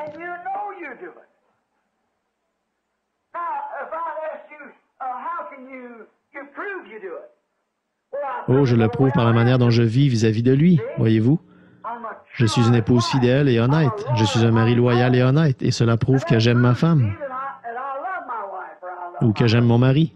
Voyez-vous, votre vie prouve ce que vous êtes. C'est ainsi pour le christianisme, voyez-vous, votre foi. Vous avez confiance l'un dans l'autre. Cela est pur. Et il y a quelque chose de réel que vous ne pouvez pas montrer à quelqu'un d'autre. Pourtant, vous l'avez et vos actions le prouvent. Et quand vous avez une foi pure et sans mélange, pareil à l'amour que vous avez pour votre compagnon, alors vous le prouvez par la façon dont vous agissez. Vous ne vous plaignez plus, car vous savez que c'est accompli et vous allez simplement de l'avant. Peu importe à quoi ressemblent les choses ou ce que quiconque dit, vous savez ce qui est arrivé. Vous savez que c'est fini. Tout autant que vous savez que vous aimez votre mari, tout autant que vous savez que vous aimez... Voyez-vous, l'amour et la foi doivent aller ensemble. Ils sont parents. Ils aiment. L'amour produit la foi. Lorsque Satan nous tente, nous devons lui résister avec une foi parfaite dans une parole parfaite, comme le fit Jésus. La parole de Dieu est parfaite. Nous devons avoir une foi parfaite dans cette parole parfaite et résister à Satan. Maintenant, dépêchons-nous et allons aussi vite que possible. Par sa foi dans sa parole, il est vainqueur. Nous pouvons tout vaincre. À la fois la mort, l'enfer et la tombe. Nous savons que Dieu est Dieu et que par une foi parfaite dans une parole de Dieu parfaite, il vainquit tout ce qui entre en contact avec lui. La mort ne pouvait même pas tenir en sa présence. La maladie ne pouvait pas tenir en sa présence. De lui coulait comme des rivières de vertu et cela coulait constamment. La vertu sortait de son vêtement. Ces gens se couchaient dans son ombre et s'avançaient pour toucher de leurs doigts son vêtement et ils étaient guéris. Après que cette femme eut fait cela, tout le monde voulut toucher son vêtement parce qu'ils avaient vu que, de lui, sortait constamment de la vertu qui coulait comme des rivières. Il était là marchant dans un monde avec la foi parfaite parce qu'il était la parole. Et maintenant, si vous demeurez en moi, au travers de lui, il vous apporta la parole, et que mes paroles demeurent en vous, alors marchez de la même manière, des vertus coulant de vous, les rivières des fontaines de bénédiction de Dieu se déversant sur les gens.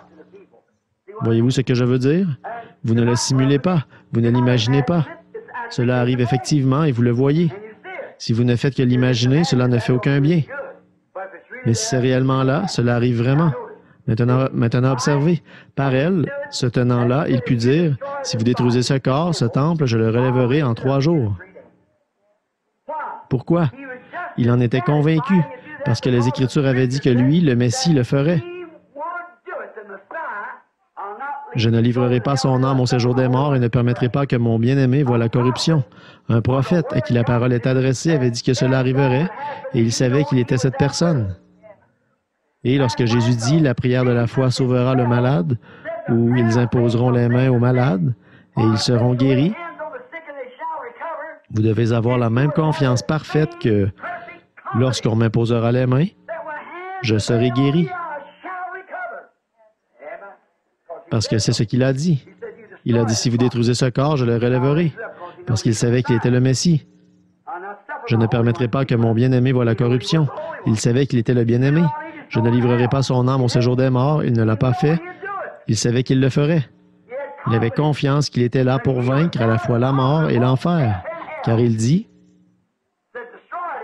détruisez-le si vous le désirez, et je le relèverai en 3 jours. Oh là là, j'ai le pouvoir de donner ma vie, j'ai le pouvoir de la reprendre. Il savait qui il était. Vous êtes un chrétien, vous avez droit à n'importe quelle bénédiction rédemptrice pour laquelle Jésus mourut.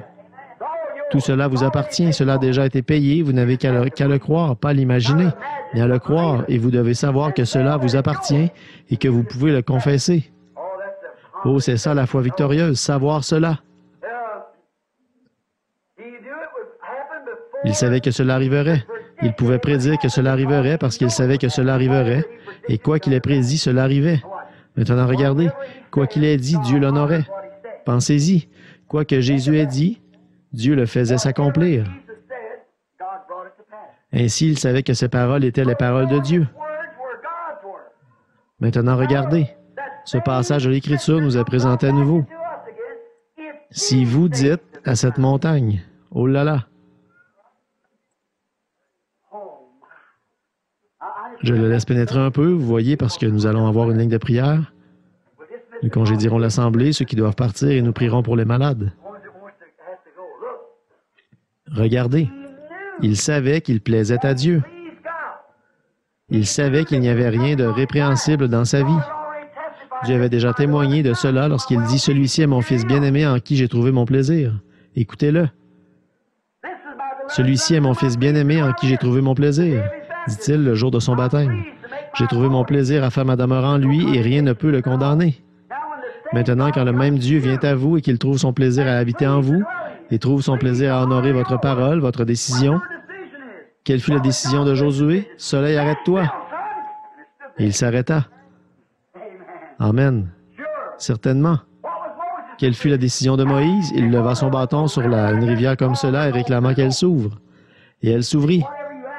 Voyez-vous, c'est ainsi, quoi que vous demandiez. Et si vous dites à cette montagne, ôte-toi de là, et si vous ne doutez pas, voyez-vous, dans votre cœur, mais croyez que ce que vous dites arrive, vous le verrez s'accomplir. Cela vous remet dans la parole. Maintenant, cela n'est pas du petit lait. Cela vous y remet. Je sais que cela va peut-être passer par-dessus vos têtes, voyez-vous, parce que cela ne peut s'ancrer. Mais une réelle et véritable foi le saisit en ce moment. Je l'ai vu, mes amis. Voici cette Bible qui est ouverte devant moi. Je l'ai vue arriver. Je sais que c'est la vérité. Je sais, Dieu dans le ciel le sait, qu'il se peut que je ne vive pas assez longtemps pour pouvoir finir ce message, mais je sais que cela est arrivé. Je l'ai vu moi-même. Je suis un témoin de l'accomplissement de cette parole et je sais que c'est la vérité. Vous le dites, puis vous restez là et vous voyez le Créateur créer un être vivant juste devant vos yeux. Vous secouez la tête et vous vous posez des questions. Et ensuite, vous regardez autour de vous et vous le voyez en créer un autre exactement pareil, parce que vous l'avez dit. Et vous venez par ici et vous dites, il y en aura un autre là. Et vous regardez et le voilà. Maintenant, ceci est la vérité. Oh, où devrions-nous être? Voilà la foi parfaite. Pas de vision. Prononce simplement la parole.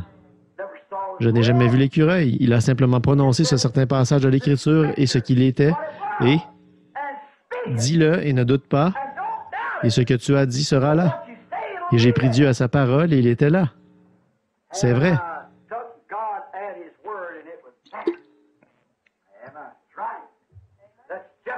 C'est aussi puissant, et mes amis, en tant que votre pasteur, c'est aussi puissant que lorsque Josué arrêta le soleil.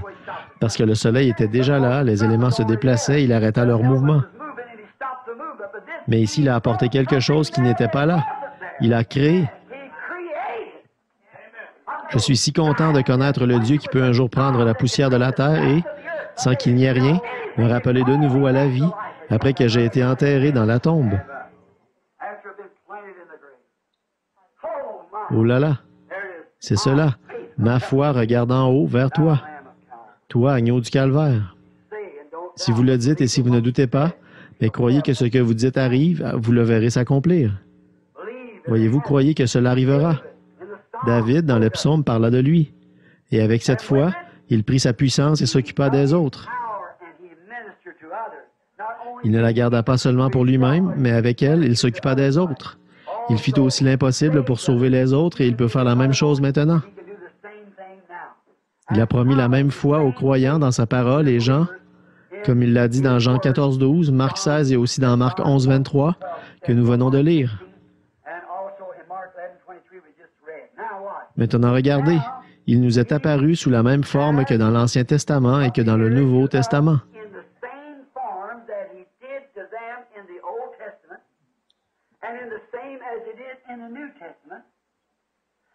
Il a fait connaître le même Christ par la même parole. Et je vous déclare que Christ est le Saint-Esprit. Le mot Christ signifie le oint. Une personne qui est ointe. C'est cela le Christ, le oint. Combien savent que c'est vrai?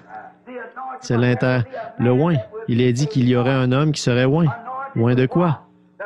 La Bible dit dans Acte 2 que Jésus de Nazareth, cet homme à qui Dieu rendit témoignage et qui éloigné du Saint-Esprit, s'en alla et fit de grandes œuvres, voyez-vous, et Dieu manifesta et prouva qu'il était dans cet homme. Et maintenant, nous devenons, en étant oints par ce même esprit, des messiettes oints, des messies des derniers jours pour illuminer la résurrection de Jésus-Christ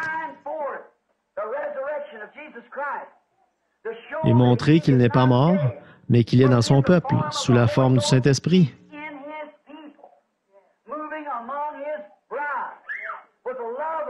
et qu'il agit au milieu de son épouse. Il a été pris d'elle, et il se déverse en elle. Ils deviennent un pour le souper des noces, et les mêmes signes promis par le même Dieu, dans la même parole, produisent les mêmes manifestations que lui. Il ne nous reste plus rien d'autre à faire. Il ne nous reste plus rien d'autre à faire que de croire cela. Et croire cela est la substance, et cela crée une foi parfaite. Pensez combien nous sommes engourdis. Pensez à cela une minute. Voyons maintenant. A-t-il bien fait toute chose? Nous a-t-il déjà dit quelque chose qui ne soit pas arrivé exactement tel qu'il l'avait annoncé? N'a-t-il pas accompli et fait exactement ce qu'il avait promis de faire? Et la grande colonne de feu n'a-t-elle pas été parmi nous? Ne l'avons-nous pas vu? La science ne l'a-t-elle pas photographié après qu'il lui été prédit ce qui arriverait? Allant là-bas, et même les journaux et les revues en ont parlé et ont montré cela, alors que ces choses avaient été annoncées des mois avant qu'elles n'arrivent. N'a-t-il pas opéré exactement de la même façon que dans l'Ancien et dans le Nouveau Testament? Et c'est exactement le même. Le même Saint-Esprit vient et discerne. Et la parole de Dieu est vivante et plus pénétrante qu'une épée à deux tranchants, et elle discerne les pensées et les intentions du cœur. N'est-ce pas vrai? Cela n'est-il pas le même Dieu? Et ce même Dieu n'est pas un étranger se trouvant dans un autre endroit. Il est ici. Il est ici et il fait ceci pour créer une foi parfaite. Je le sens. Je sais qu'il est ici maintenant. Je sais que son esprit est ici. Je sais qu'il sait toutes choses. Amen. Et je sais qu'il veut faire quelque chose. Il est en train de faire quelque chose afin de créer cette perfection dans la foi des gens. Allons-nous entrer dans l'éternité avec 8 âmes sauvées, comme ce fut le cas au jour de Noé? Allons-nous être 3 comme Lot, lorsqu'il sortit de Sodome? Allons-nous être 6 croyants, comme au jour de Jean-Baptiste? Croyons, car ses œuvres sont parfaites. Elles sont manifestées chaque jour parfaitement devant nous, nous montrant qu'il est la parole. La parole. Hébreux chapitre 4 dit: la parole de Dieu est plus pénétrante qu'aucune épée à deux tranchants, et elle discerne même les pensées et les intentions du cœur. Pensez à cela. La parole de Dieu est cela. Elle discerne les intentions du cœur, car la parole de Dieu est vivante et opérante et plus pénétrante qu'aucune épée à deux tranchants, atteignant jusqu'à la division de l'âme et de l'esprit, des jointures et des moelles, et elle discerne les pensées et les intentions du cœur.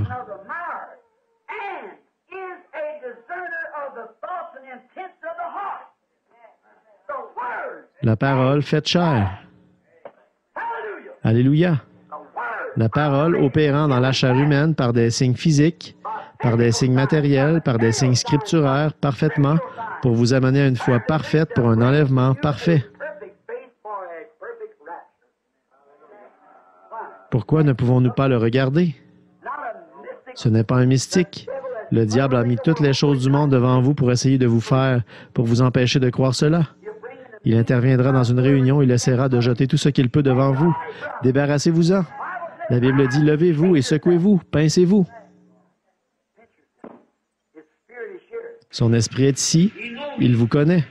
Vous avez une chose à faire, c'est de croire cela, d'accepter cela. Il vous connaît. Le croyez-vous? Il sait ce qu'il y a en vous. Il sait ce que vous êtes. Il sait ce que vous désirez. Il sait de quoi vous avez besoin. Jim, crois-tu qu'il sache ce qu'a ce bébé? Vous avez pris sa température avant de partir et il avait 40. Croyez-vous qu'il le guérira? C'est venu sur lui aujourd'hui, il est tombé malade, mais cela le quittera. Je viens de regarder par ici, j'ai vu ce qu'ils ont fait avant de quitter la maison. C'est vrai. Madame Little, Croyez-vous que Dieu vous donnera la victoire sur ce diabète? Il y a une dame qui est assise à côté de vous. Je ne vous connais pas. Mais l'esprit est sur elle. Ce qui la tracasse, c'est qu'elle a un enfant qui doit être opéré d'un œil. Elle est de Chicago.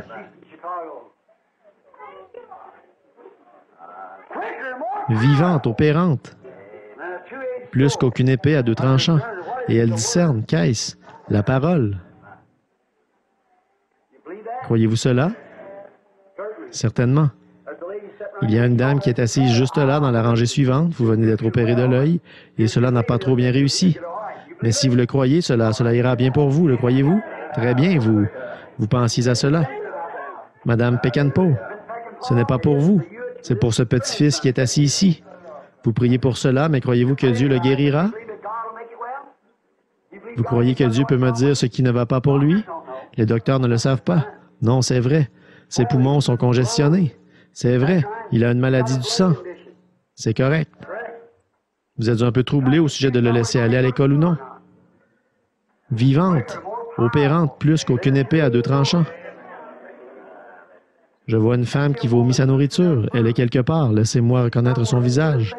Oui, elle est assise là. Son nom est Madame Llewellyn. Si vous croyez de tout votre cœur, ce trouble de l'estomac vous quittera. Amen. Il y a ici une dame qui est assise à la même hauteur qu'elle, de l'autre côté, au bout de la rangée, et qui me regarde en ce moment. Elle porte des lunettes. Elle a de l'arthrite. Celle-ci est dans votre main gauche. Elle y était, mais elle n'y est plus maintenant. Oui, si vous croyez. Qu'en est-il de ce bébé qui est là? Il vient de l'Ohio. Il a un cancer à l'œil.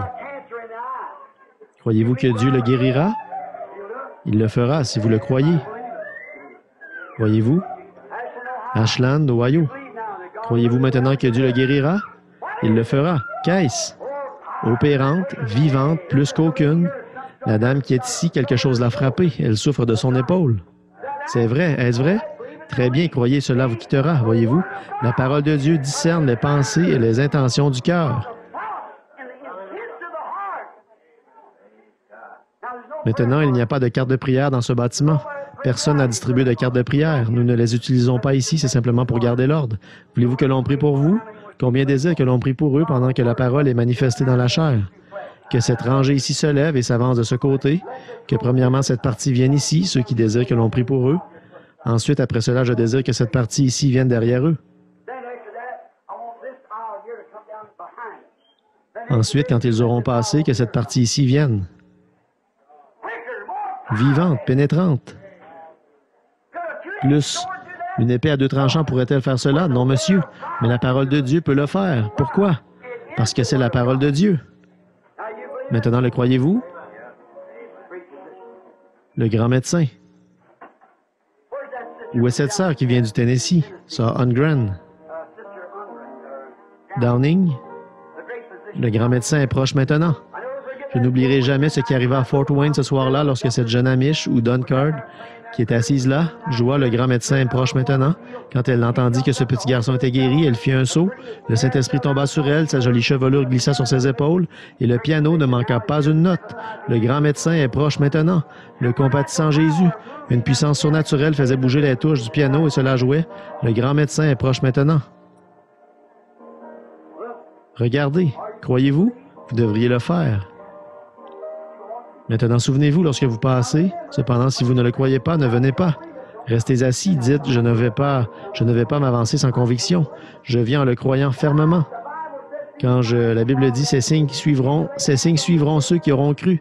S'ils imposent les mains aux malades, ceux-ci seront guéris. C'est exactement cela. C'est à une certaine condition si vous croyez cela. Maintenant, moi, je le crois.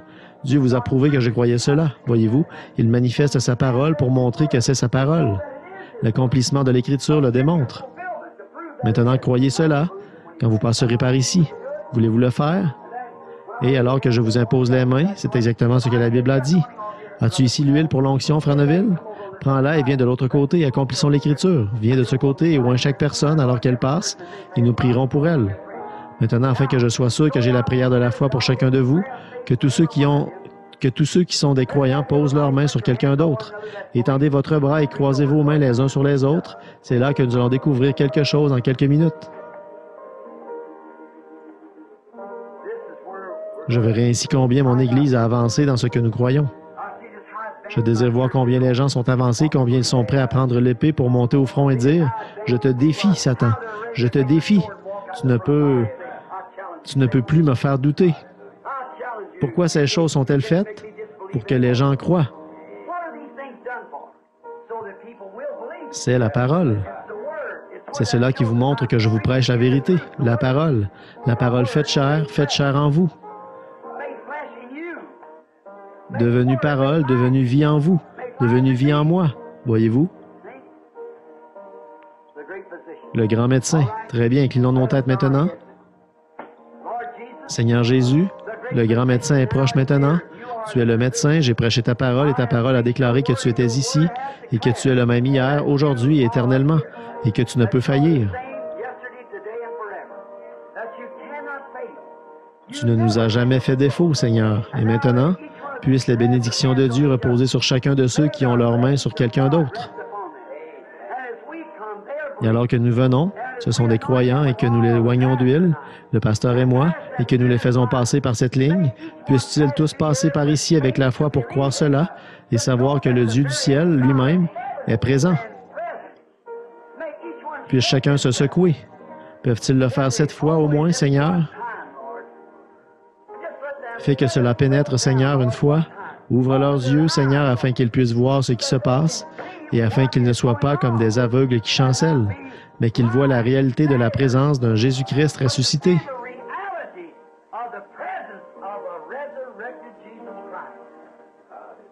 Accorde-le, Seigneur, par le nom de Jésus. Amen. Je vous recommande, au nom de Jésus-Christ, de ne pas venir dans cette ligne de prière, à moins que vous ne sentiez que vous avez cette foi parfaite, parce que vous ne feriez que prendre la place de quelqu'un d'autre. Ne faites pas cela. Pendant tout le temps que je vous ai prêché, vous ai-je déjà dit quelque chose qui ne soit pas arrivé? Exactement. Le Seigneur a fait cela. Il ne l'a pas fait pour moi, car je crois. Il l'a fait pour vous, afin que vous puissiez croire que ce que je vous dis est la vérité. Maintenant, croyez-le, ça ira bien, et vous guérirez. En venant ici déposer votre incrédulité dans cette poche spirituelle là en bas, vous ne la verrez pas, mais elle sera là. Quand cette huile vous touchera, déposez votre incrédulité à cet endroit, déposez-la et partez avec cette foi parfaite que vous êtes guéri. Voulez-vous le faire? Alors que le Seigneur vous bénisse. Très bien. Je vais demander à quelqu'un qui peut diriger les chants de... Où est ce grand prédicateur, frère? Quel est son nom? Caps, frère Caps. Est-il dans la ligne? Que dites-vous? Venez ici, frère Caps, et mettez-vous là et chantez avec l'Assemblée pendant que nous prions tous. Le grand médecin est proche maintenant. Que chacun de vous chante avec son cœur. Ne chantez pas comme cela en disant « Je vais chanter. Grand médecin est proche maintenant. Le compatissant Jésus. Il réconforte le cœur abattu. Le compatissant Jésus. Oh, oh là là! Soyez sur vos gardes. Soyez prêts à agir. Soyez vigilants. Oui, le grand médecin est ici maintenant, le compatissant Jésus. Il prouve qu'il est ici. Je crois en lui. Amen. Très bien. Que ceux qui ont la foi s'avancent. Au nom de Jésus-Christ, je lui impose les mains pour sa guérison. Au nom de Jésus-Christ, je condamne cette maladie. Au nom de Jésus-Christ, j'impose les mains à mon frère. Au nom de Jésus-Christ, j'impose les mains à ma sœur pour sa guérison.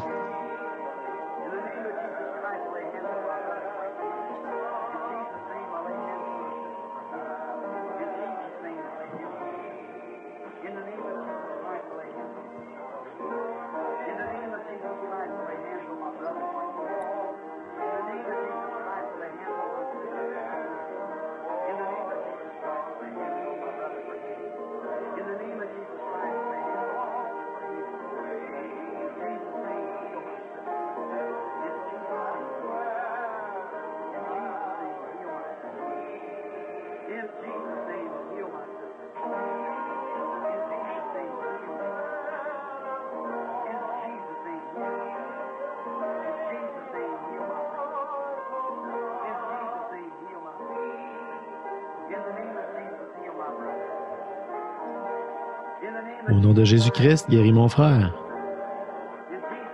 Au nom de Jésus, guéris ma sœur.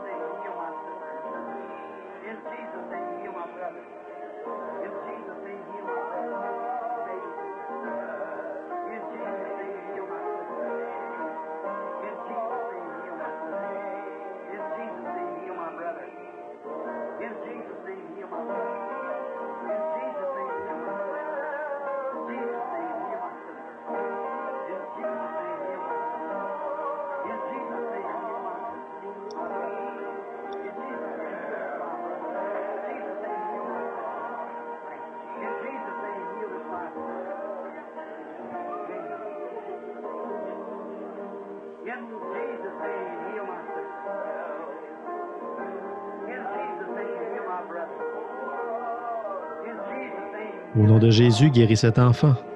Ô Dieu, accorde-le. Au nom de Jésus, guéris mon frère. Au nom de Jésus, guéris ma sœur. Au nom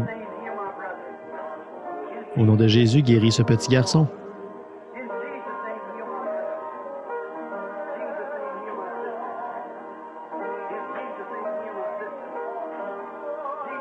Au nom de Jésus, guéris cette petite fille.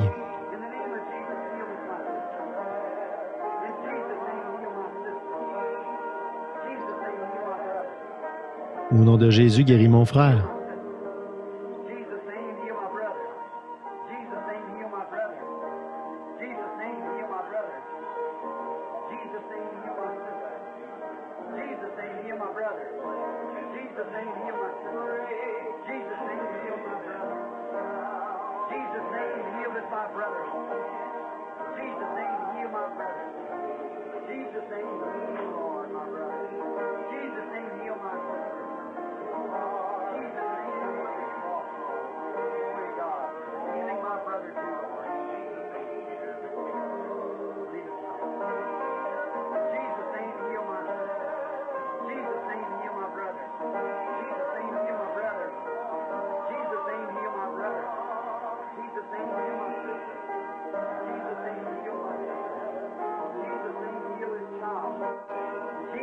Au nom de Jésus, guéris cette sœur.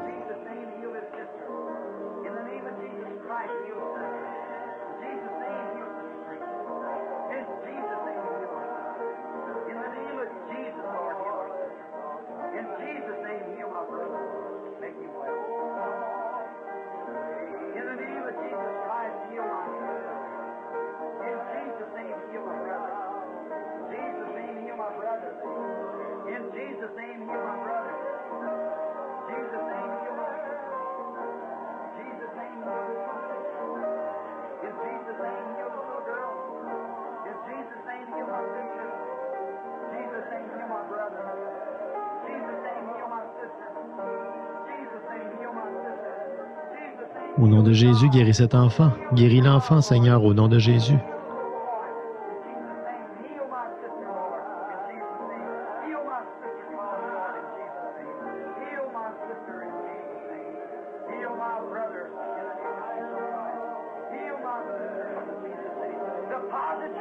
Déposez maintenant votre incrédulité.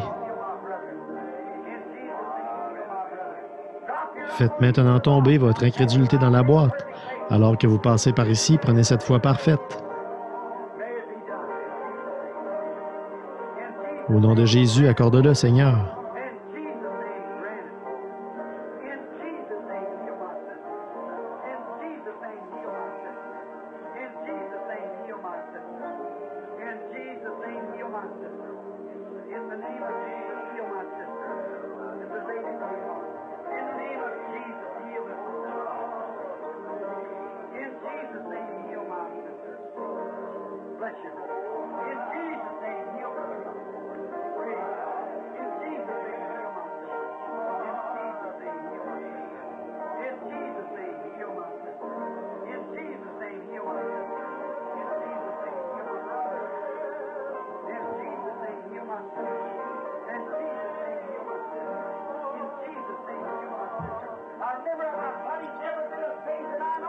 Maintenant, rappelez-vous, j'aimais en ceci toute la foi que j'ai, au mieux de ma connaissance, pour un but.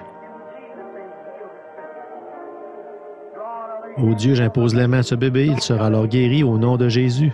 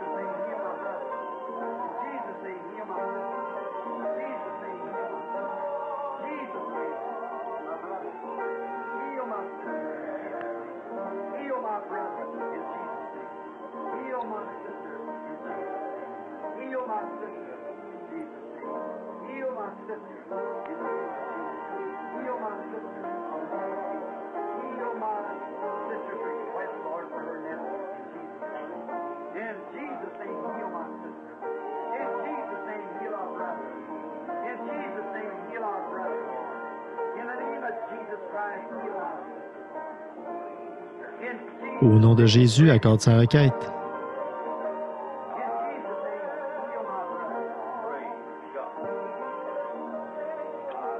Déposez votre incrédulité.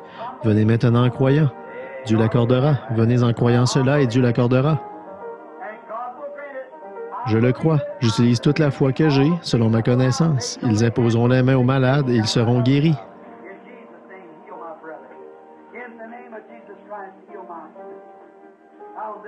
Maintenant, ce côté-ci, Frère Neville. Frère Dow, un trophée de la grâce de Dieu. Voici l'homme qui était censé mourir il y a 1 ou 2 semaines. Au nom de Jésus-Christ, ô Dieu, tu dois l'aimer, Père, car tu as fait de grandes choses pour lui. Je lui impose les mains au nom de Jésus-Christ. Seigneur Dieu, j'impose les mains à sa précieuse épouse au nom de Jésus-Christ pour sa guérison. Amen. Tous sont-ils passés? Maintenant, inclinons nos têtes.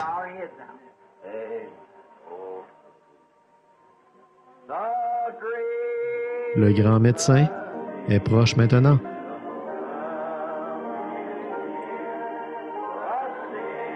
Le compatissant Jésus.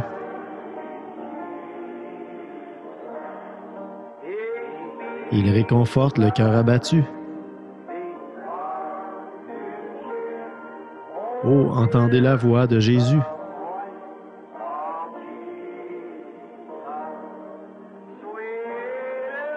La note la plus douce du chant d'un séraphin. Le nom le plus doux sur la langue d'un mortel. Le chant le plus doux jamais chanté. Jésus, Jésus béni. Savez-vous ce que je vous ai fait? Vous m'avez appelé votre pasteur, et vous dites bien car je le suis.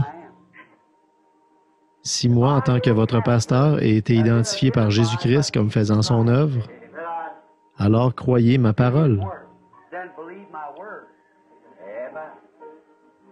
En faisant cet acte de foi et en vous imposant les mains, j'ai condamné la maladie et les afflictions qui vous tourmentaient.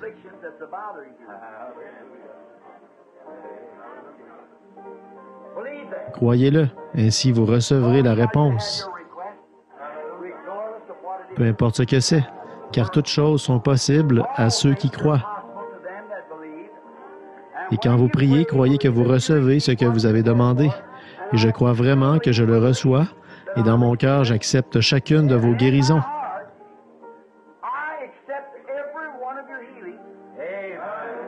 J'accepte que c'est accompli. Je le crois.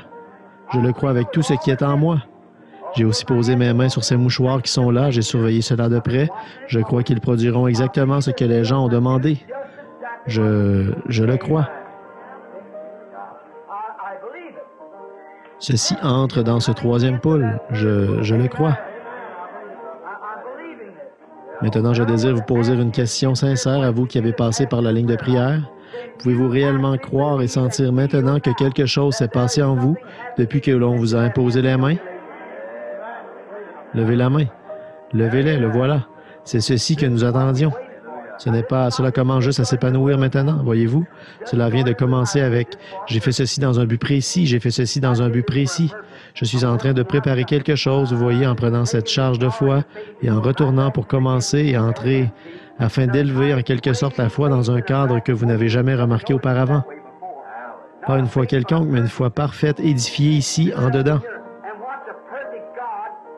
Et observer un Dieu parfait, avec un cœur parfait, garder une promesse parfaite par sa parole parfaite, qui est plus pénétrante qu'aucune épée à 2 tranchants et qui discerne les pensées du cœur. Nous arrivons maintenant à la perfection, parce que les gens doivent arriver à ceci afin que l'enlèvement ait lieu. Ce qui le retient en ce moment, c'est attendre que cette Église entre dans cette foi parfaite pour l'enlèvement. Je la cherche. Cela veut dire que je dois être secoué et abaissé. Cela veut dire la même chose pour vous. Mais ensemble, nous y arriverons par la grâce de Dieu. Amen.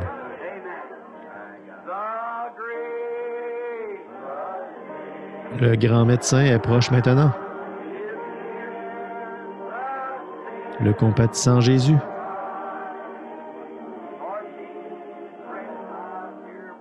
Seigneur Jésus, fortifie mon cher frère pasteur. Seigneur, puisse ton Saint-Esprit guérir à jamais ce pasteur et le garder en bonne santé et fort pour le service auquel tu l'as appelé. Au nom de Jésus, je réclame cela, Seigneur, car je l'aime. Nous savons, nous le croyons maintenant.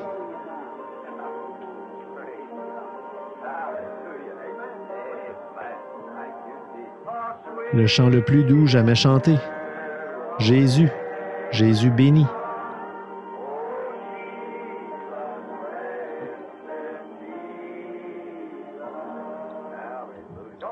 Ne l'aimez-vous pas? Pensez qu'ici, maintenant, un travail a déjà commencé dans votre corps pour votre guérison.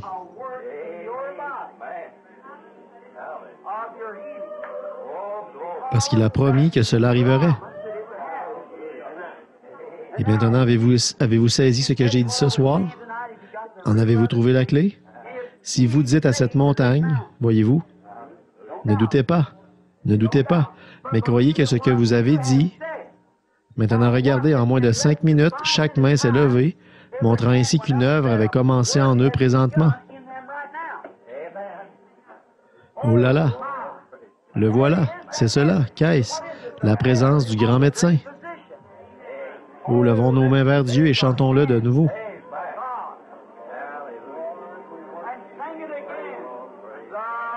Le grand médecin est proche maintenant. Le compatissant Jésus.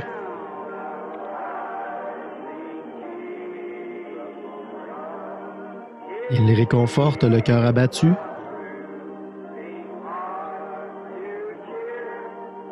Oh, entendez la voix de Jésus.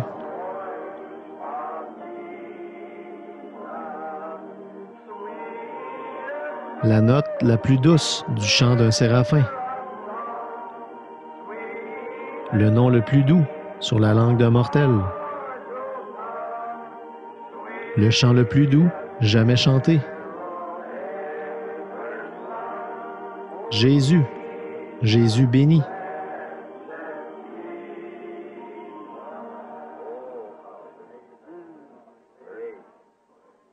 Restons tranquilles une minute.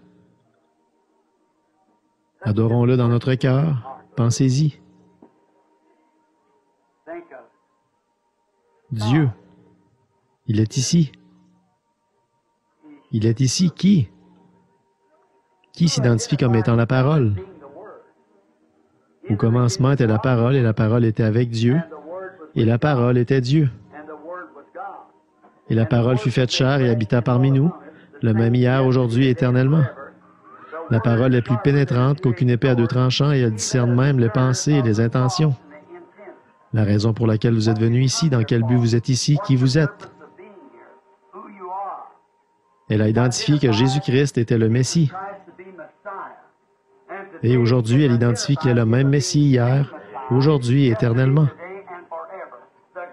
Le grand médecin qui est ici a dit, « Ces signes suivront ceux qui auront cru. S'ils imposent les mains aux malades, ils seront guéris. » Et si vous dites à cette montagne, « Ôte-toi de là », et si vous ne doutez point en votre cœur, mais croyez, s'il peut créer des écureuils qui ne peuvent croire en aucun cas ni n'en ont la faculté, c'est ma propre foi qui sort et fait cela, ma foi dans ce qu'il m'a poussé à demander. Il m'a incité à le demander et j'ai accepté son défi. En obéissance à sa parole, je l'ai demandé et il est apparu. Dieu dans le ciel sait que c'est vrai. Peut-il aussi guérir les malades? S'il peut m'élever en amenant ma foi ici en haut, même pour les gens, même si eux ne peuvent grimper jusqu'à ce cadre-là, s'il n'y arrive pas, il peut utiliser ma foi. Il peut m'élever jusqu'à cette place et j'y monte pour vous. Je crois pour vous. Je parle pour vous. Je suis votre frère et en tant que votre frère, je me tiens là comme intercesseur et j'essaie de mon mieux de vous porter devant Dieu. Et je suis debout maintenant, juste devant le trône blanc, pointant mon doigt vers ce sacrifice sanglant et déclarant par son nom que c'est fait. Cela doit arriver. Cela doit arriver. Vous savez que c'est arrivé. Je sais que c'est arrivé et vous aussi le savez. Et c'est ainsi.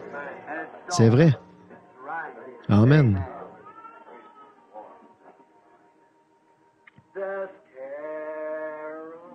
Le chant le plus doux jamais chanté. Ô Jésus, Jésus béni.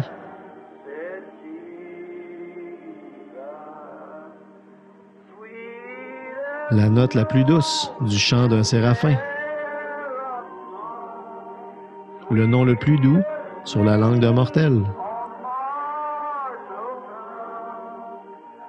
Le chant le plus doux jamais chanté.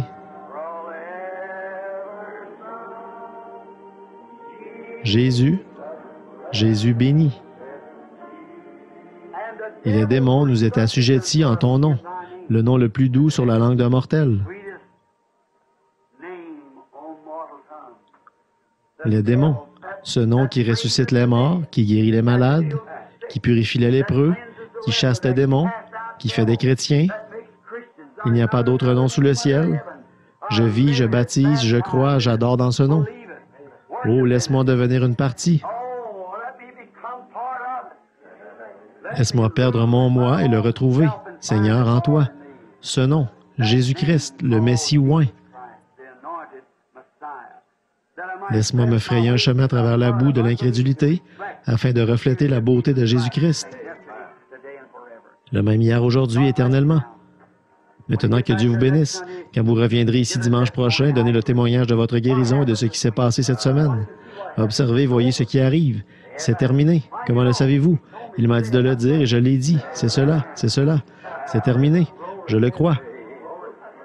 Maintenant, le pasteur Frère Neville.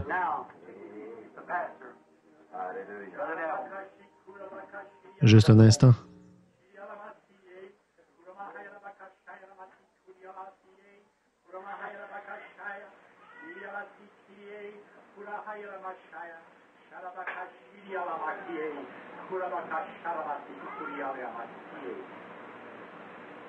Is not my word real in the hearts of those to whom I will reveal it, saith the Lord thy God?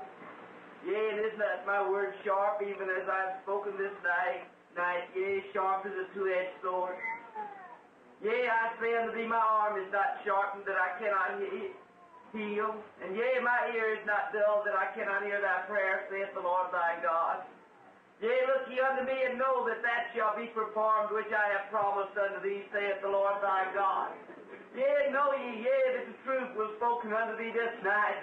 Yea, and the miracles that I have promised thee, are already taking place. Yea, they are coming to pass, saith the Lord thy God. Know ye, let this word be confirmed in thy heart, that I have dealt with thee and shall deal with thee, saith the Lord. Béni soit le nom du Seigneur. Levons nos mains et adorons-le une minute. Nous te remercions, Seigneur, nous te remercions, Seigneur. Merci, Père, merci.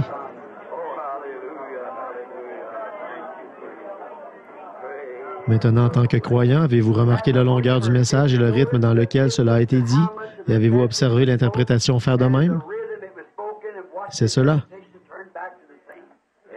Observez que c'était exactement avec le message, confirmant que cette chose était la vérité et qu'il a déjà accompli ce qu'il vous avait promis. Observez la manière dont cela a été apporté et observez la manière dont ce fut interprété. Observez pendant combien de temps il a parlé et observez combien de paroles il a dites. Cela correspond exactement. Que le Seigneur vous bénisse jusqu'à ce que je vous revoie.